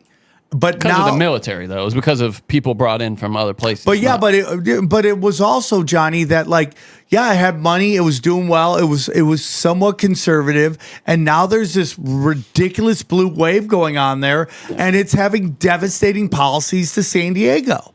Whether it's how to treat the homeless, how to treat crime, how to treat immigration, which is really crazy that there's just this weird line. And on this side, there's a donkey show. And on this side, it's like it was paradise. And now it's struggling. They're talking about how, I was at the Gaslight District. It wasn't that bad the way they were talking about it. But businesses are closing around all around there. Because there's so many food trucks. You can get a hot dog in a damn hurry, though, dude. But that's why. Yeah. People would rather go buy a hot dog from unregulated... It's ridiculous, yeah. Most likely cartel-owned cars. You want a hot dog? Yeah, and then go to a business. They're not cheap either. They're $10. Are they? Yeah, they're like $7-10 now. They used to be $5. I remember when they'd be $5. But that's all cartel shit. But then it gets back into all the dark arts, dude. All these secret societies, all these organized crime, they're all controlled by the same people. Yeah. Mm-hmm. Yeah, I'm from St. Louis, so we have something called the Del Mar Line, and it's just this street where on one side you have abandoned houses, crackheads, everybody, it's terrible. On the other side, it is one of the most affluent places you could go. I mean, it's beautiful. You could some of the nicest restaurants. And I'm talking about you walk across the street, and that's the difference. Is that a new thing, though, or has that been that No, way it's for a been while? like that for a while, probably since they shut down the projects and everything. And like you said, White Flight back in, I would imagine it was 70s, 80s. And it's just always been like that, though. They've never revamped downtown. They've, tried to. It just never happens. So, I mean, yeah, it is kind of, there's a lot of stagnance. Even in St. Louis, it used to be a major, it made money. It was an economic powerhouse in the Midwest, but now it's even small towns. I don't know how they do. Even small towns used to have a downtown. Like the town I'm from had a downtown, and it just fell apart when all the industry left. And that's real. And the '90s and NAFTA and everything. Walmart just gutted all these small towns. And Walmart came in. Yeah, kind of became the company damage. store. It's done a lot of damage. But then things start. It just life finds a way. But the question is, will that be allowed to happen anymore? And it's what he was saying too about convenience. That'll be the thing. Most people will just want to give up their freedoms to live in these cities and have longer convenience and handouts. lives. It's gonna be, socialism is a big part of this new technocratic system where you'll be given everything you need, right? As long as you follow our rules and comply, you'll have everything you need and want. And that's a slippery slope where who's controlling that? Do you really have what's the level of standard of need and want? Because America, I think they're bringing us down a couple pegs so they can match us up with, we're democratizing and raising up third world countries, but we're not. We're kind of just raising them up to this level here so we can meet there, and then the whole world will kind of run at that level. So they have to bring us down a couple pegs, I think. Have you been in a Waymo? Every time I tried to get a Uber in Austin, I was offered a Waymo. Yeah. In the Uber app? Yeah. Really? Yeah, dude. Yeah. Wow. The first time I called one, I didn't know I was getting one. And You better not get in one of those, Sam. I 100%. We had a black never been in one. when we got done with a barbecue. We all jumped in one, and we had a black woman. We're like, "Oh yeah, you don't want to get one of those." She was telling us. Yeah, I'm sure. Of course she would. Yeah. Of course she'd A little bit biased, but Because it was either her or who was the other person? It was my brother, I think, was telling me. No, it was either that or Mike Romanelli, that they had a friend of theirs who worked with the Waymo people. And, they said that they had cars out there that they knew were defect, allegedly, and still sending them out. Like one story they told was like a guy could not get out of his Waymo at the airport. It would just keep going around in circles. I could see that happening. But I mean, the one I got in, I mean, as much as I usually interact with the Ubers and they're cool, it's kind of cool when there's no It's one a there. Jag, right? It's a Jaguar, right? The car is a Jaguar. Yeah. No. It was the other one, that weird looking one. I mean, the only one I've It seen might in have LA been a is a Jag. I Jag. really wasn't paying attention, but it was just cool because as much as I don't interact with them, it's cool when you can just pull out your phone and do whatever the fuck you want in it. Oh, yeah. As much as the other Ubers let you do whatever you want. The Uber drivers in Austin are wild as hell, by the way. Yeah? Yeah, Dude. wild as hell. They're wild Yeah. people. Like they dude. drive fast or their Yeah, personality? like the Armos are way more professional than the Mexicans driving in Austin, I have to say. Because I had a guy, dude, that was going like 90, talking Spanish the whole time to somebody in his ear while playing music on another phone that he had, because I guess his stereo didn't work. And this was an Uber Black, bro. This was an Uber Black. So, Hell yeah. and just, I mean, They're riding clean down there. yeah, he was Tell me flying. about Bell Laboratories. Oh shit. Oh man, dude. I Nice. just cracked this fucking one open recently. So I can't believe I just found out about this. Have you ever heard of Bell Labs? No. Okay, so it's crazy. So have you heard of you seen the show Severance by chance? It's on Apple. Yeah, I have mixed feelings about it. I don't They think make it. Go ahead. Sorry, I keep. it just interrupting. seems like they're trying to tell us it's the greatest thing ever, and I'm like, it's okay. Oh, they're telling you it's good. They're like promoting it. What No, is it? they're- I missed it. What is it? Severance. They're trying to make it seem like it's the greatest show of all time. I love that show. It's I wouldn't say that. I liked it for I don't know. my research approach. I was taking kind of a research approach to the show because I was like, this is so clearly a fucking MK Ultra fucking experiment lab Oh, that's going on in absolutely. the Yeah. show. Yeah. And then so I'm like enjoying it from that aspect. And then my wife, she's like, yeah, the real Lumen is in New Jersey. And I was like, what are you talking about? The real Lumen. So I look it up. The fucking show is based off Bell Laboratories. And so then I look into Bell Labs and this place is nuts. I'm going to have to pull out my notes. But so AT&T started, in Bell Labs. So we're talking NSA, like, all the surveillance they were doing. That was all with Bell Lab technology. The first transistor that ever was made was Bell Labs. So they've made a lot of, they proved the Big Bang because they made some antenna that could hear the Big Bang. Some What? bullshit. I don't Is really that how believe they that one. proved the Big Bang? We Yeah, heard it it. It's still Trust booming. us. It's still still making a Still noise. banging. Still banging. Yeah, it's called the horn. Yeah, it's called the horn antenna that they made. But they've had a lot of science foolery that's came out where they're like, this isn't real science. So they do a lot of fuckery at this place too. But it has a huge underground base, like, where you can't go down a certain level. Staff members have said there's been people who have disappeared, went to lunch, and never came back.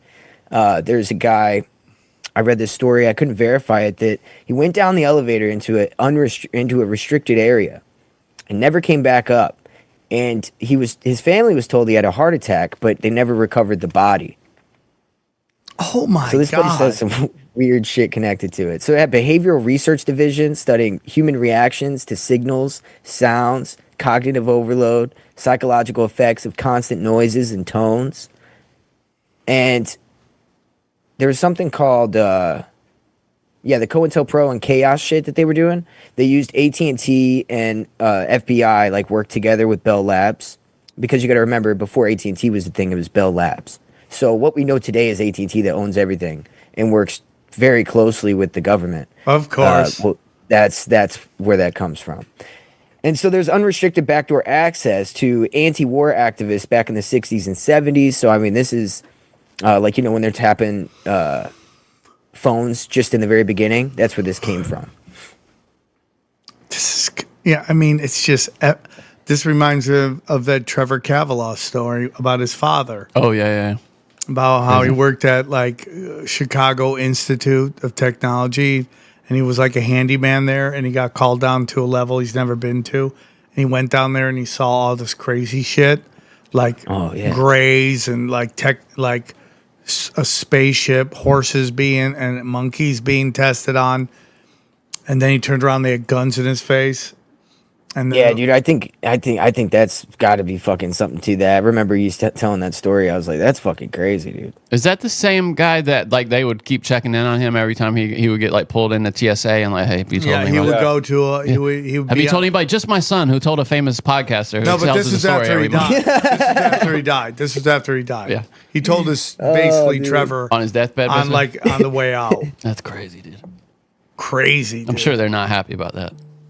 Are you doing any of those? And you know, like right before you die, be like, "Come here, I need to tell you something." There's nothing I got. I'm just Are you telling all your MK Ultra secrets? Yeah. You're Francis Bacon? Are we going to finally confirm it when you're on the way out? Yes, I'm Francis Bacon. You got the T-shirt. It's wild. Yeah. I mean, You don't even look close enough to that guy. I don't know. where that according dude- to that a dude- drawing of Yeah, Francis there's Bacon, one drawing of him that. Yeah, right. who has dark circles under his eyes, so we must be the same person. He I worked mean, a lot. yeah. He probably worked as much as you. So did. he hits me up and he's like, you're getting all mad at me. I'm just trying to get out the truth. And The truth of you being Francis Bacon. I forget what the exact verbiage was, but and then I sent him the video of a guy did of him. Yeah. And his wife is him, and he's Tim McVeigh. and his wife is Terry Nichols. I bet he didn't He's like like, that. fuck you, man. Fuck you. And I'm like, hilarious. dude, do you understand how annoying that is? I don't really think your wife is Terry Nichols. No, it cracks his whole worldview because then he's like, "Am I this same psycho?" 100%. Yes, And you it's are. like, people have been doing videos on him. He just shows up out of nowhere. He says ridiculous stuff, and he's just promoted in everybody's algorithm. In this infuriating way too. They're like, "I'm just asking questions. I don't know. I mean, don't is he? know. I'm not saying he's Look at Francis this Bacon. I mean, he guy. looks just like Francis This Bacon." guy looks like Aleister Crowley's kid. Look at this guy, and everybody, like, all through time, all these people, they look like people from the past. You're like, we have a face, right? And there's only so many versions of this Yeah. face. And if you don't think billions and billions of people over time might have similar faces, you're kind of stupid. There's only Dude, so I used many to have a ways. buzz cut. And I had a girlfriend who was like, dude, you look just like Whitey Bulger. There's a picture of Whitey Bulger in like a mug shot, and I look just like him. You know what I mean? So yeah, it's It some is crazy, crazy shit. that there's a building where they MK Ultra employees, right? Like, that's just crazy. Dude, to me. they're- I They just- wonder, go ahead. yeah. And then- there was, I don't know how much of the severance part was real, but do you remember that video very recently with Stephen Miller where he just fucking blanks out and like Yeah. glitches and just sits Where there he like fucking says stands? an act that he doesn't think he should have said. Yeah, he says that the president has plenary authority, which means absolute authority that nobody can check, which is pretty crazy to say that out loud. Again, they're saying everything out loud. Like, that gets back into the Bill Cooper shit. Like, whenever they started the national security directives through Nixon, Reagan wrote like 300 national security directives, and these are secret laws that get enacted whenever there's a national security threat. So if there was a national emergency, all these executive orders would take over, and that's where FEMA comes from and everything else. Oh, here's the and video. So what he's saying here is that under a national emergency, the president literally could do whatever he wants. He's pretty much a king, and it's crazy. Man, Dude, I it mean, could they be. may It could be. Yeah, I think it's right. Maybe he said the wrong thing. He wasn't supposed to say that, and then somebody's Someone like, hit a button. Someone got in Deactivate. an app. Shut him off. Control Alt Delete. So it doesn't show when he comes back, but he comes back like this. Oh, really? Like, he looks like he just got fucking, like, he just got zapped or something. You know what I mean? That's It's so very interesting, weird, dude. man. But hey, maybe there's something to it, with severance. Maybe that's what they're kind of trying to hint at. In those lower levels, there could have been something going on. What- There's been whole wings from this lab that just disappeared overnight, just like in the show. Really? So yeah, suicide spikes. Engineers found dead in cars. Falls from inside stairwells. I mean, there's a lot of weird shit, like drug overdoses from Out of this experimental building drugs. in Jersey. Yeah, it was the Homestell location. And then there was also another one. I can't remember. I think it was like Virginia. Or Murray Hill. Where was That that makes one sense. at? I can't remember. So But yeah, I creepy. mean, people would go around this one Murray Hill place. And maintenance workers said that they would hear voices, phone ringings, Morse code, even when the power was out. And one technician said he heard multiple language being spoken over silent intercoms. So it's like they were fucking with these people's heads that work there to see what would happen. Like you said, MK Ultraing people that work there. They just announced today, by the way, that David Chase, the guy who did Sopranos, is doing an MK Ultra series for HBO. Oh my God. Wow. Oh Really? my God. And I can't I'm wait excited. to see what the messages they put out. Me too. Yeah. I just hope they have a better intro song. Wake up this Wait, hold on. I love morning. that. Hey, that's a great You know what I song. mean? I drive my bro. girl crazy singing This that was song. one of when the I was- best bro. interviews ever, and Got it just went to yourself a shit. gun. Yeah, dude, you know what's funny? Me and my Woke up wife You don't just like started that watching. song? I Wake- love that song. We just started watching that show, and I'm like, dude, it's such a badass like mafia boss, dude, and this fucking intro song does not Oh, match you're the crazy. vibe. Why at all. don't Dude, you when like that kicks that in, It doesn't song? match the when that first vibe. part My kicks in, that God. boom, boom, boom, boom, you know that. Oh, I love it. Dude. Yeah, he looks like he could be Tim Dillon's dad, doesn't he? A little bit, just slightly. Yeah, no, I got it. Yeah, Yeah, I they're see both it. big guys. Yeah, it's Yeah. it's fun. Sorry, I'm pulling the flat earther shit. My bad. No, it's fine, dude. It's fine, Just dude. kidding. No, dude, it's fine. You never know, dude. Why? I mean, well, what do you think about the ending since we're here? What do you do? Like, Oh, the I don't ending wait. to He just Sopranos? started watching it. Don't. Swear to God, shut yeah, up, I really. XG. Well, I thought he started rewatched watching. it again. I didn't know it was his Jump first on- time jump. around. I missed the bus, Spoiler dude. alert. I You missed need the bad. whole to bus. Dude. you need to double up on your micro dosing, dude. You Because need this to is go the full- on week, right? This is on week. This is on This week, is on bro. week. You got up the dosage, Yeah, I bro. think- I Yeah, think my tolerance it might be time to regular, not microdose anymore. Like just dose. come in fucking tripping Yeah. on shrooms. Dude, that is crazy. People just disappearing. So there's this crazy story that I heard once about 9/11 is that so when the event was going down, just like the JFK, all the elites came in to watch. And a lot of people involved in 9/11 were told to meet at Building 7. And they all go in Building 7 and then they implode it. No more. Oh, I hadn't heard that. Yeah, I never heard heard that that one. story a long time That's ago, crazy. dude. That's brilliant. That a bunch of people died in there that were actually a part of the conspiracy.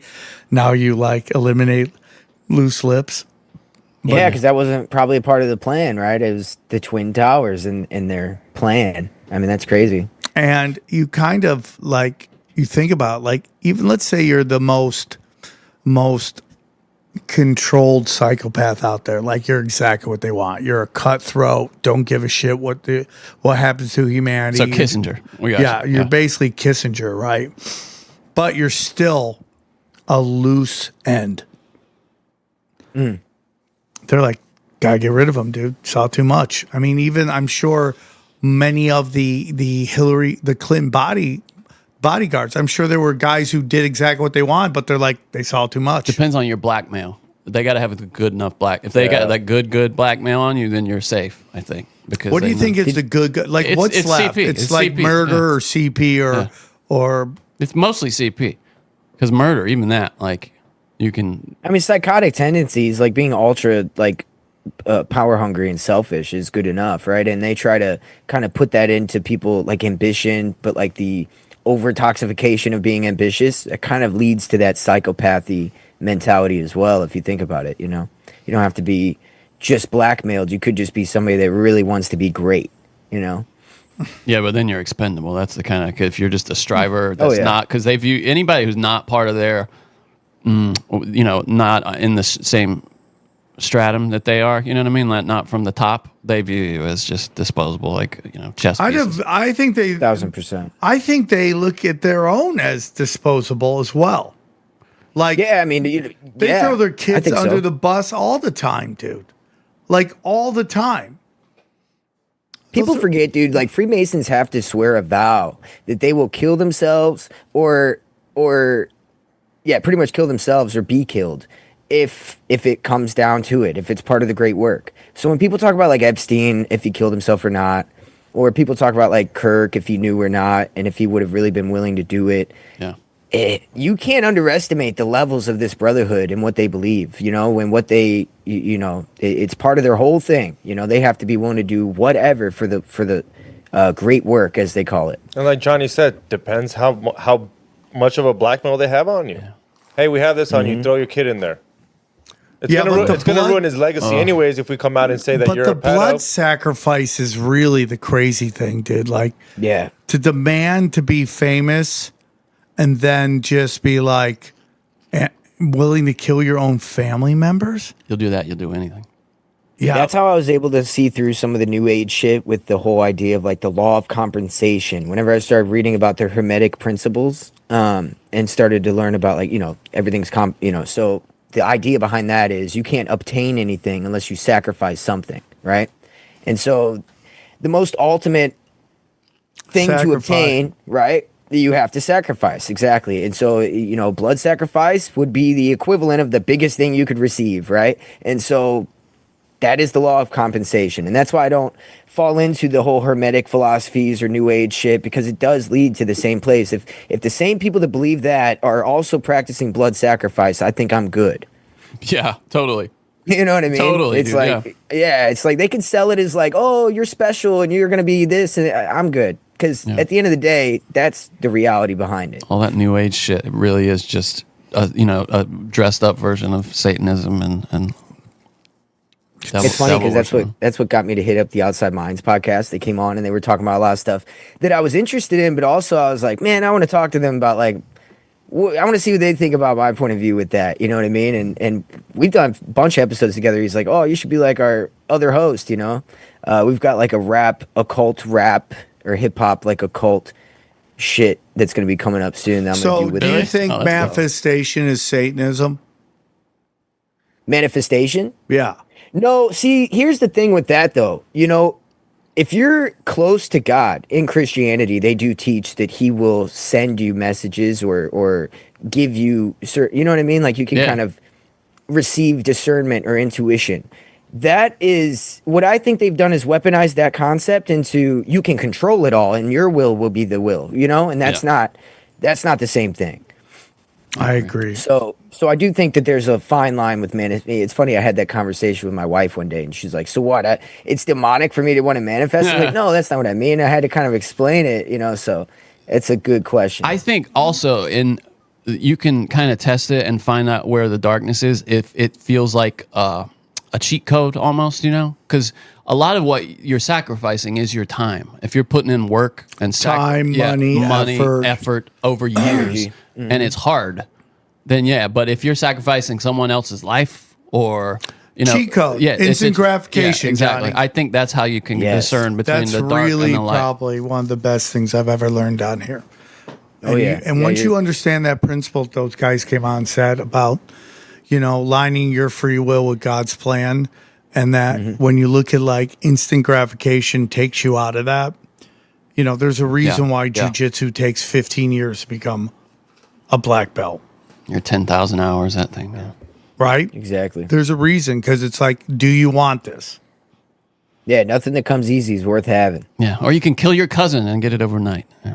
Right. Or you can just sacrifice your kid or your mom and it's given to you. Yeah. Again. You get off light if it's your cousin.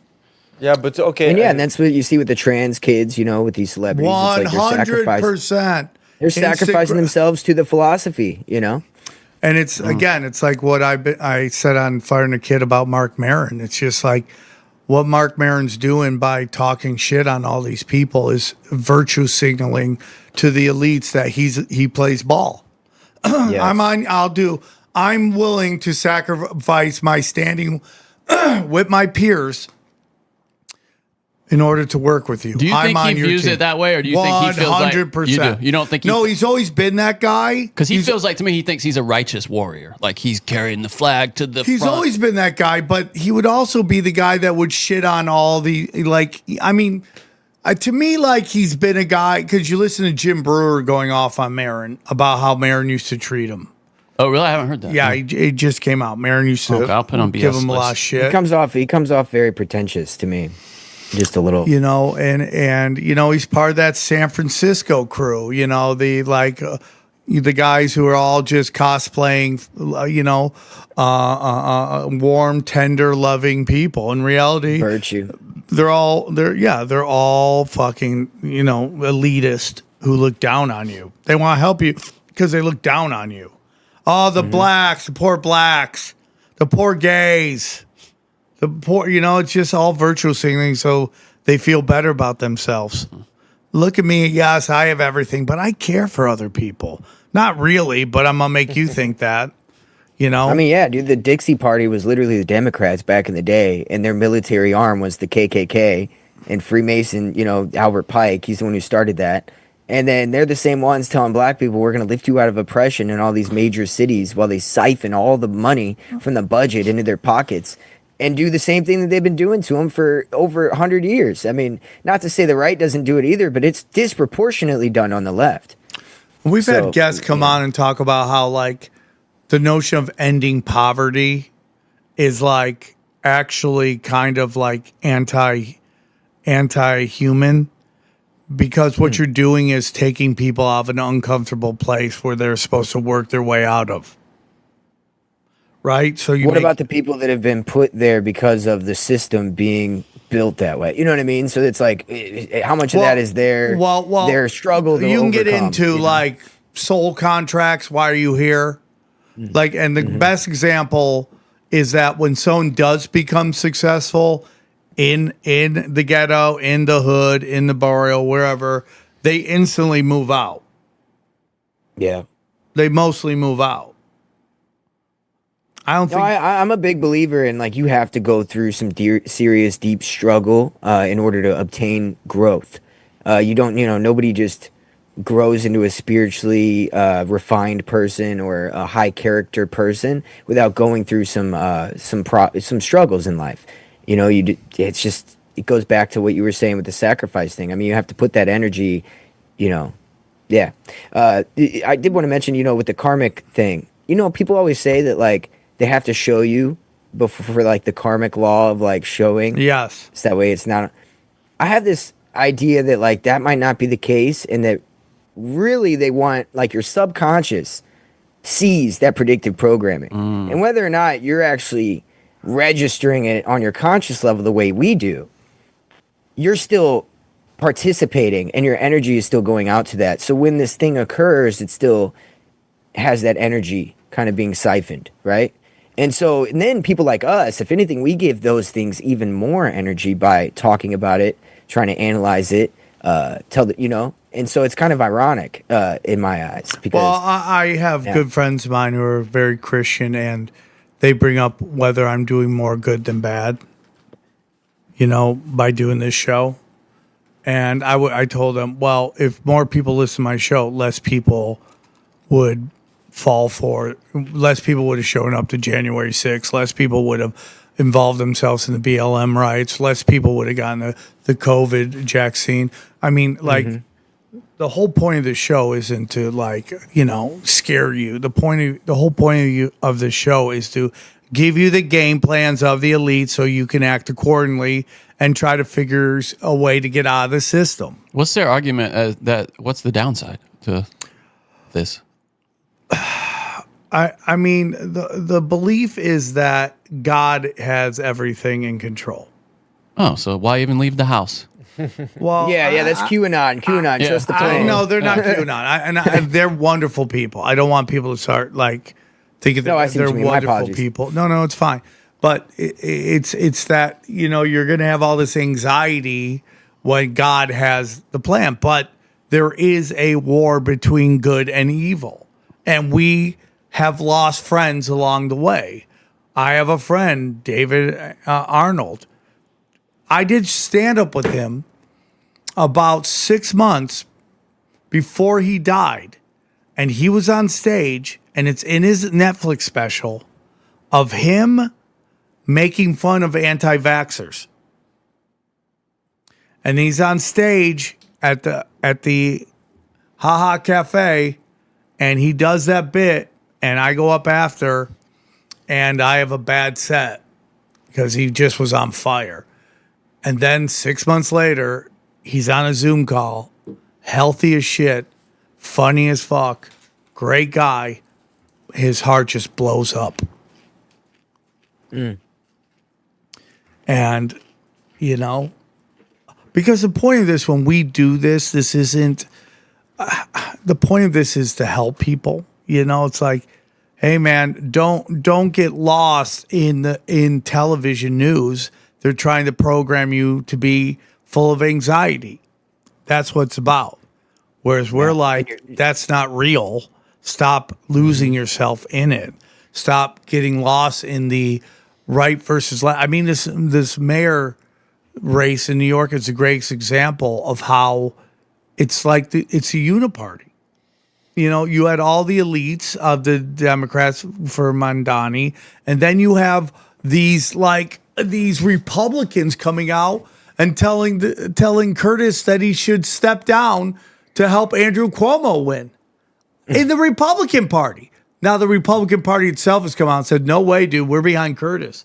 But there have been top donors in the Republican Party saying, get behind Andrew Cuomo. Fuck you. How about that one? Right? Yeah, I mean, you get a choice between communism or communism. You know, Democrat or socialist.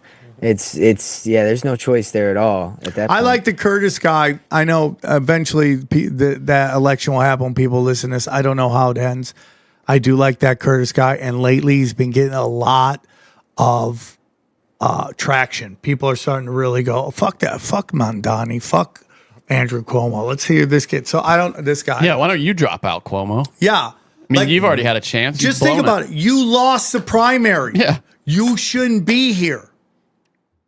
I saw that a lot of actual young New York Americans are voting right, but there's so many immigrant American, like people that are in New York, that it is disproportionately leaning towards Mamdani, which I don't know how true that is, but I saw a statistic that it seems to be that migration replacement theory 100%. is in action in New York is what we're seeing right now. Look at London, dude. Look at London. It's already happened and there. And then California's next, and then the rest, it trickles around the country.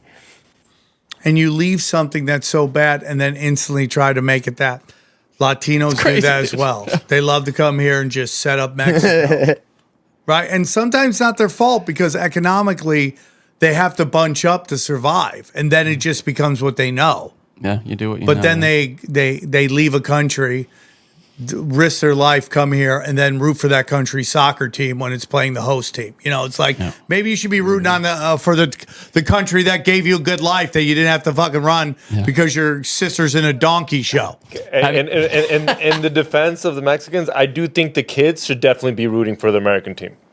Like if your dad was born in Mexico and he wants to root for Mexico, I kind of get that. But I do trip out when the kids are also rooting for Mexico. When I'm like, dude, you've been there maybe 3 times in your whole lifetime. Because everything is about connecting with it's this whole. It's like when someone has a quarter black, they relate to the black because it's connected to like this kind of oppression that you kind of want to take credit for. Now, I'll give you the devil's advocate response to that.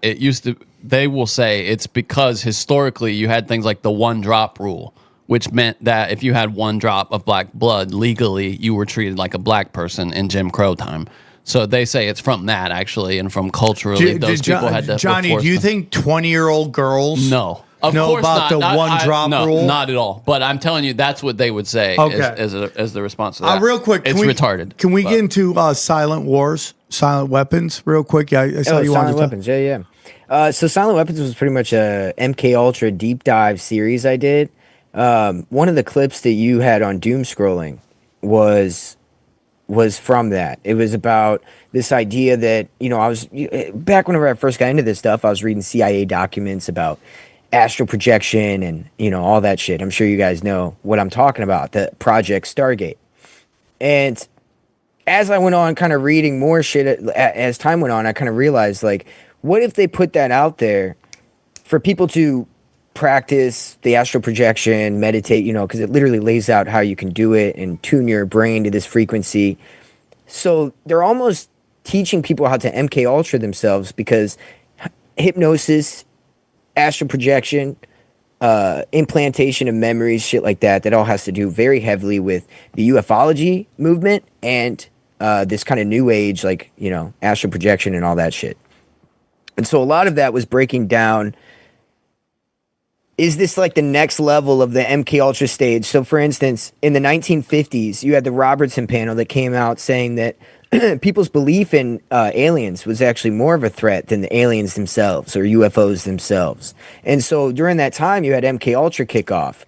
And this idea, and right after that, you have a lot of abduction and crashes. But the narrative control, I think, was being done by this MK Ultra kind of situation. So these people who get abducted, they're really having some MK Ultra crazy game ran on them. They come out and they say, because the narrative is being controlled, because the people doing the abducting to them are implanting or imparting knowledge or memories onto them that they can go and tell people about. And again, it builds this narrative about aliens, extraterrestrials, UFOs, and that this technology we see is not some parallel technology from our government, but it is instead from some other place, so we can blame it on extraterrestrials, while also stigmatizing anybody that believes in aliens and calling them crazy. So, but do you believe in aliens? I think that the entity aspect is more of where I lie, Yeah, me right? too. So again, back to the rebranding of everything, you know? So that was one aspect of it. I think that the autism, the rise in autism, I think is being done on purpose as well to have more easily programmable, hypersuggestible people. 100%. Yes. And so this is that next stage of they're creating a new man, you know, and they're trying to create a new human race, essentially. They're trying to And MK create Ultra- another race outside Yeah. of the elites race of just completely programmable, you know, non-threatening people that can't do anything for themselves. So you're saying they want Yeah. everybody on the spectrum? They want everybody to be socially awkward, you know, not. Yeah, on the spectrum for sure. I mean, like, again, we talk about it all the time. We love what Alex Rosen's doing with the pedophile hunting, right? But look at who he's grabbing. And they have to be grabbed. I'm not saying they shouldn't. They totally should be grabbed. But he's grabbing, obviously, autistic people. Every one of them is a beta autistic person who I would say, I'm not going to, I have to word this right. They just have no human interaction. Yeah. So they probably want some interaction. It's probably a lot of people with the mental age of the people they're courting. You know what I mean? Yes. They just don't have any kind of human interaction. It's simple. Every fourth episode, the moms, they're like, hey, he's my child, he has special needs, and the mom's like looking at him like, dude, did my kid just do what I think he did? Yeah. And the mom's mortified, but at the end of the day, she's like, she knows he did wrong, but she's just trying to explain to whoever the Hanson or is trying to explain to him, like, he's on the spectrum, and they're at the point they don't care. They're going to call the cops no matter you're just what. basically, you're locking up people who have no ability to function in a prison where they're going to get absolutely annihilated.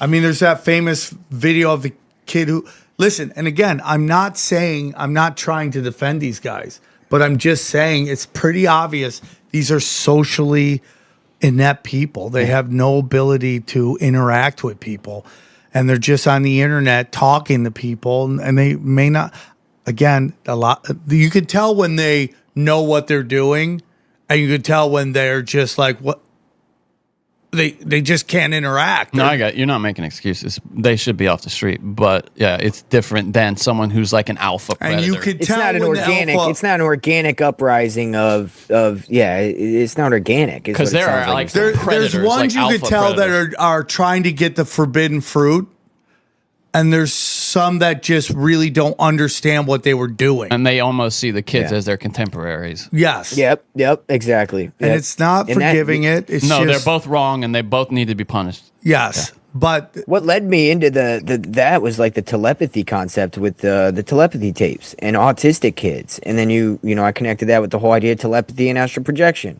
Then you have the telepathic shit with UFOs and these entities, and I'm like, man, this little trend seems to be playing its role, and it's all MK Ultra adjacent kind of operations. And you know, even if you watch that movie, The Fourth Kind, where that psychologist is like hypnotizing the guy to remember his dreams.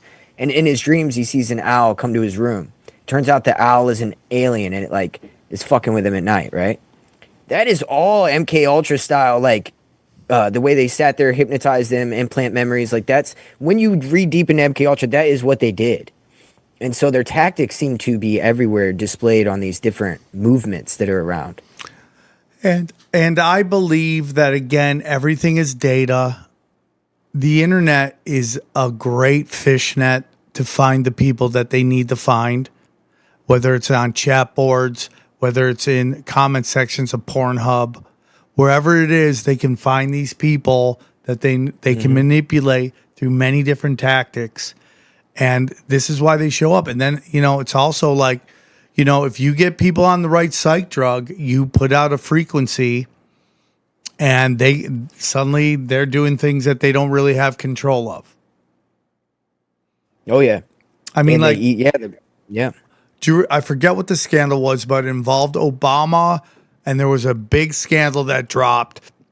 And then the next day, there was a shooting at the Kansas City Chiefs Super Bowl parade, and that took up all of the headlines. And everybody forgot about the Obama shit. You don't think they could do that? Oh, dude, tomorrow's a parade, a Kansas City parade. Let's have a shooting go on there, and we'll make that the story. We'll push the anti-gun movement, and we'll get off this Obama and this deep state shit. Done. Or it was already on the schedule, and they were like, "Let's release the deep state shit right before the shooting." That was already on because we know they do that with Friday drops. Great. Yeah, great idea. They would do that. They used to. I work in the news. They would do it all the time. Anytime the local government had some shit they wanted to get buried, they would give it to you right before close on a Friday, right before we were going to go to print, so that we could only dedicate the front page is already laid out, locked. And they would send you like a nuclear bomb in your inbox, and you'd be like, oh, and then the editor had to call people back in if you even had the budget to do that. If people had hours left. Yeah, I mean, it's nefarious, but yeah, of course they do that. But Johnny, what if you never thought about sitting on the story until Monday? Well, yeah, but then then you would never do that, no, because somebody else would run with it, and you would be last. The number one thing for news is to be the first publication to get it out there. It's like a race is on then, and at that point they were already dedicated more to online, but it still was pretty effective for burying it because you had fewer resources, fewer people on staff. Late on a Friday, a lot of the reporters have gone home. Can I tell you something very weird that just happened? So I have your list of of topics you wanted to talk about, and all of a sudden it disappeared. No shit. It's gone. Damn, dude. From the email. They don't want you. Hey, we talk about what they want. That's my motto in my show, bro. It's really weird. They don't want you. I don't know.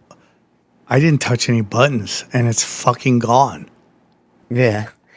Yeah, what kicked that off was a Silent Weapons for Quiet Wars document that was found inside of a printer by a guy who was connected with Boeing, I think. And inside of that was a document that pretty much outlined how essentially the economy works like physics, and we can't let people understand physics to the ultimate level because then they would understand the economy. So we're also going to build the economy in a way where by the push of a button we can control it and make it pop or go or whatever. And so it seems that with the digital CBDCs, all that will be possible soon. And so that kind of kicked it off as well because that was the Bilderberg Group seems to be the birthplace of that document, which again, it's the Illuminati. And the Bilderberg Group is Martin Bormann's, the White Brotherhood, Prince Bernhard, yeah, meeting with the bankers of the West. Mm-hmm. Right? I mean, that's so fucking nuts. But then you go, is all of this just watcher shit? Yes. All of I think this so. just followers of the fallen trying to control us?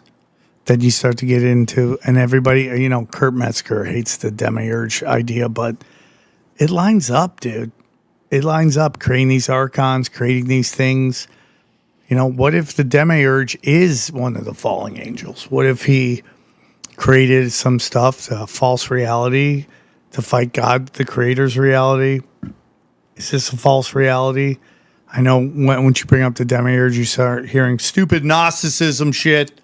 Maybe, I know, but that does line up a little bit about... No, I mean, yeah, Gnostic Christianity was major whenever it came out. It wasn't something to like shake a stick at.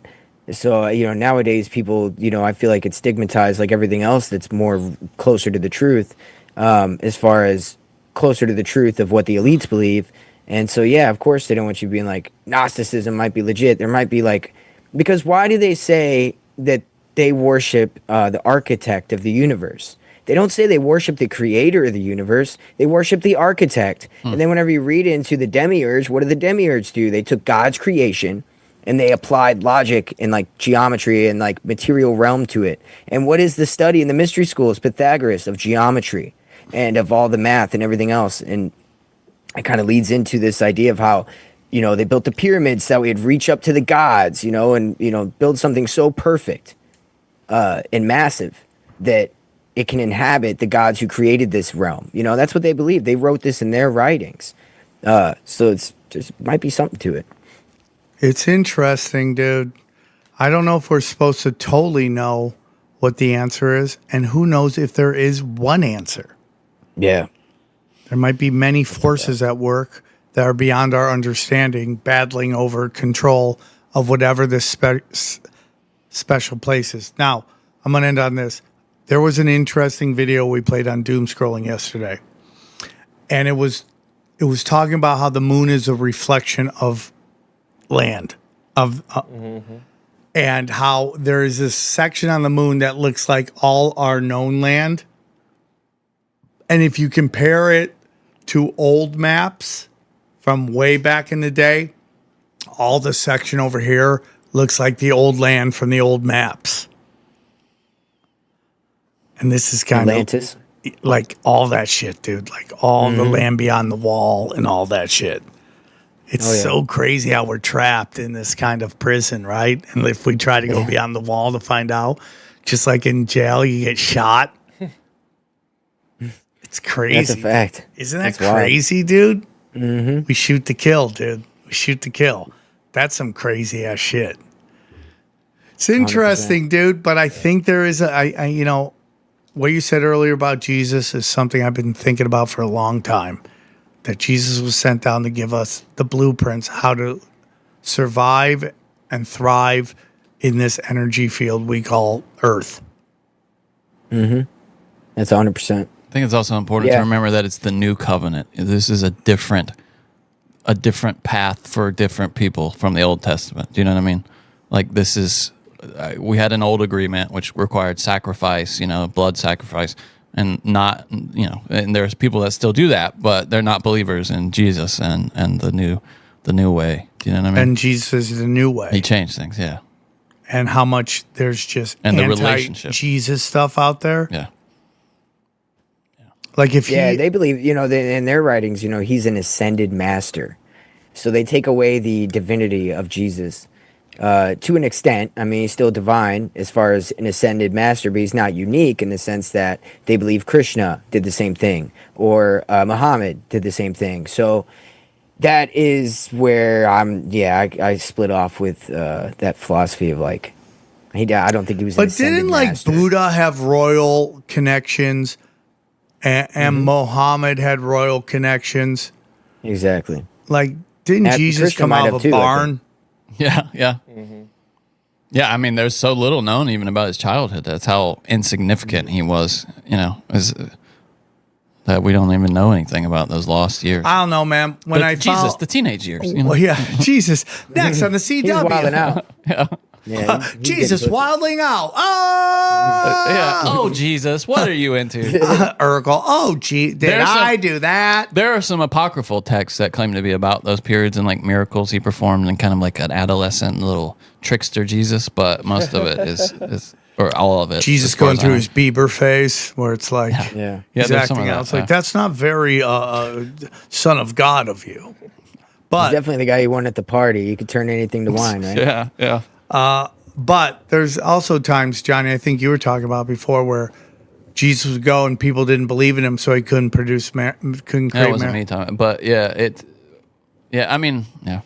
One of my favorite verses is where the Pharisees bring the guy that he healed. You know, he was blind, and they ask him like, "Hey, come here, man. Tell us the truth. Like this guy, what happened, bro?" And he's like, "Hey, I don't know if he's God, but I was blind and now I can see. So, like, And now you're dead. yeah. I mean, yeah. Yeah, right. But it's, you know, that's, I don't know. It's you. To me, the message of that is to judge it by what it does for you in your life. Do you know what I mean? The message and living by the principles. Yeah. If they work for you, then practically there must be something there that's good. You know what I mean? Yep. I agree. 1,000%. I agree. Dude, this was a great episode. You crushed it. Yeah, dude. You crushed Yeah, it. 2 hours Dude, flew I'm by. Why So don't you- glad to be here, man. Yeah. Do you want to push one more time where they can find you? Yeah. Spotify, Apple, YouTube, 6G Agenda. You go find us anywhere, social media, same thing. 6G Agenda. We made it easy. So Andrew yeah, go check us Clinton. out. You crushed it, dude. Great show. Open door anytime.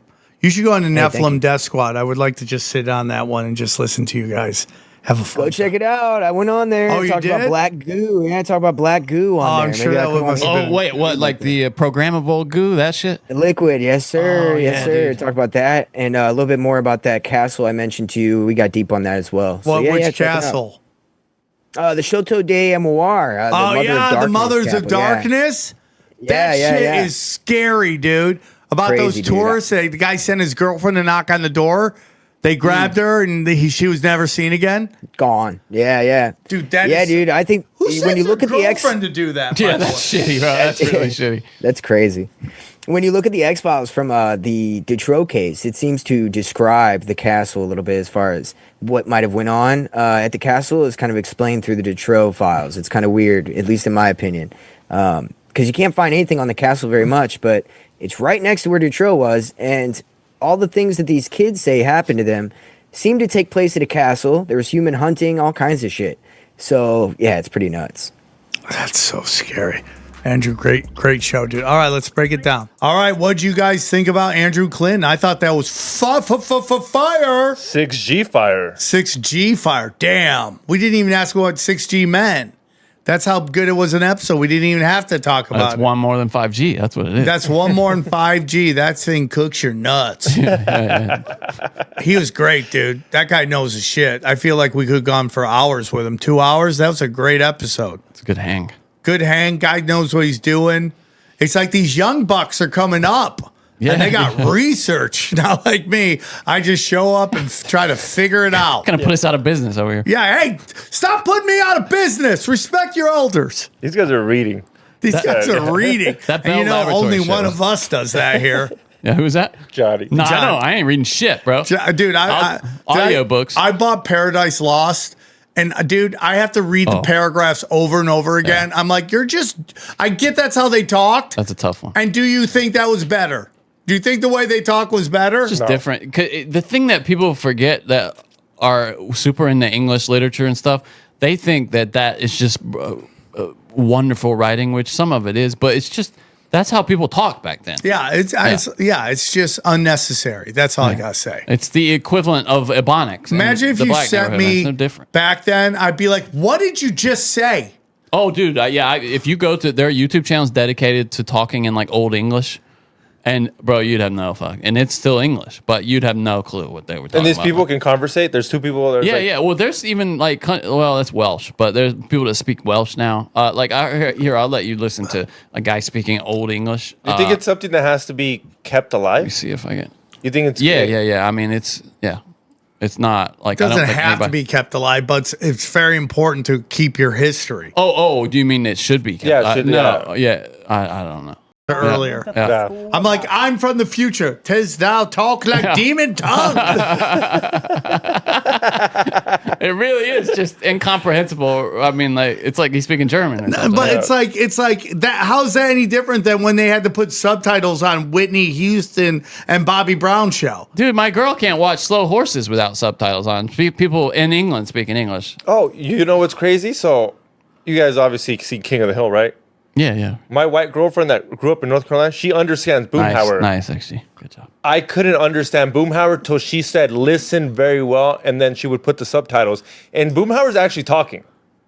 I thought he was It's like just Kenny, gibberish. Kenny's talking too. Like, yeah, he's talking too. Is he really? Yeah, Yeah? you can figure out what he's saying most of the time. Yeah, Boomhauer took me, I really needed the subtitles. I just thought it was I don't think gibberish. I always thought it was gibberish too for Boomhauer. No, That's fine. he's actually saying words.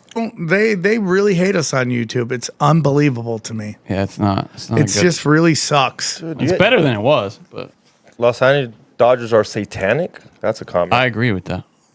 I don't agree. Oh, go Yankees. Get out of here, dude. Yeah, Get out of here. I don't agree with that. So going back to Andrew Clinton real quick, I thought it was a great episode. He obviously came with the receipts and he did a great job. So I hope you guys check out 6G. I think it's a great podcast and I think he's great and he has an open door to come on anytime and he's got deep research and blew my mind. The Bell Laboratories thing, that was nuts. wild. Yeah. People just disappearing. Yeah. Yeah. And then you're like, oh, yeah, he had a heart attack. Okay, can we have the body back so we can bury him? No, we don't know where it is. It's also super interesting reading for me about Fort Bragg.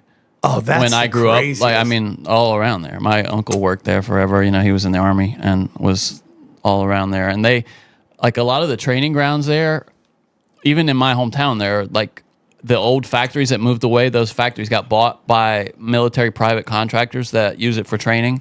And they would practice, like, you know, there would be these special forces guys all around at night, you know.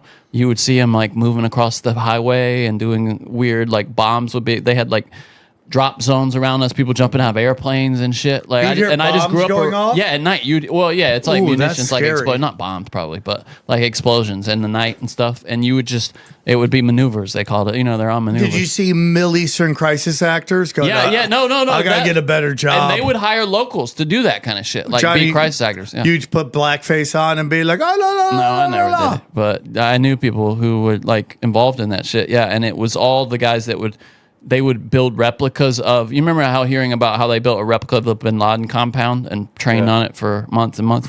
They would do that shit all the time around. You've never been to Camp Pendleton, close to it? You can hear the explosions. You can? Yeah, they have like it's like military stuff. You just hear crazy ass shit, dude. Yeah. In fact, Crazy ass shit. famously, there were stories when I was growing up of the police not being properly informed about these activities and them getting in shootouts and like with the military accidents What? and stuff. Yeah, that shit would happen. Yeah, in fact, let me see if I can pull up a story about that. Let's see. That'd be crazy. I don't know. Some of it. Deputy who shot troops talks to media. Let me see. This might not be the one. And Hey man, I didn't know, Bragg. bro. No, this is Fayetteville, North Carolina. Okay, yeah. A sheriff's deputy said he believed his life was in danger when he mistakenly killed one soldier and wounded another during their Green Beret training exercise. This was in 2002. So yeah, right when I was like... Man, that's super tragic, teenager. but that guy's got a story. Deputy Randall Butler said the soldiers were in civilian clothing, and he had no way of knowing they were taking part in a role-playing exercise when he shot them. I feared they were trying to kill me, he told the Charlotte Observer Wednesday, some years ago. I have known in the past that soldiers would be training in our wooded areas. Never have I known them to come out in the public like this. On Saturday, First Lieutenant Talis Tomini was killed and Sergeant Stephen Phelps was wounded. Phelps was in fair condition. This is interesting. Even as ambulances and more police officers arrived at the scene, Butler said the soldier he wounded would not mention the exercise, what they were doing. He never... You listening to this, Sam? Yes. Even after these guys were shot, they wouldn't say what they were doing, these military guys. He never said a word, Butler said. He didn't even budge. I wonder what they were doing for him to shoot at them, type of thing. He said his life was. Well, in they danger. had weapons out, and they were. It said that they've adopted new changes. The Green Berets now that they will no longer wear civilian clothes during role playing. Yeah, no, you're right. Imagine seeing someone in civilian clothes with an AR. Yeah, I mean, You got to shoot back as a what are cop. you doing, bro? Yeah, you got to shoot back as a cop. You're like, who the fuck is this? It is concerning that the cop like murked the military. Like that's, you know what I mean? Like that's kind of. I mean, he's got a story to tell. Yeah. Well, that's like when the FBI gets pulled over by the cops. And the cops don't know that's an informant. Yeah, I love one of the best videos is that FBI guy getting arrested. And like, I'm in the FBI. Quit, you hurting me. No, have you heard about wasn't it the guy that was harassing somebody at his door? Yes, yeah. That's the guy. Yeah, and he gets up on the sidewalk, like face down. Yeah. That's so crazy. I think we're going to have the civil rights lawyer on next month, and he does a lot of those videos like that. He's great. All right, man. Great episode, Andrew. You crushed it, buddy. Or you can come on anytime. Let's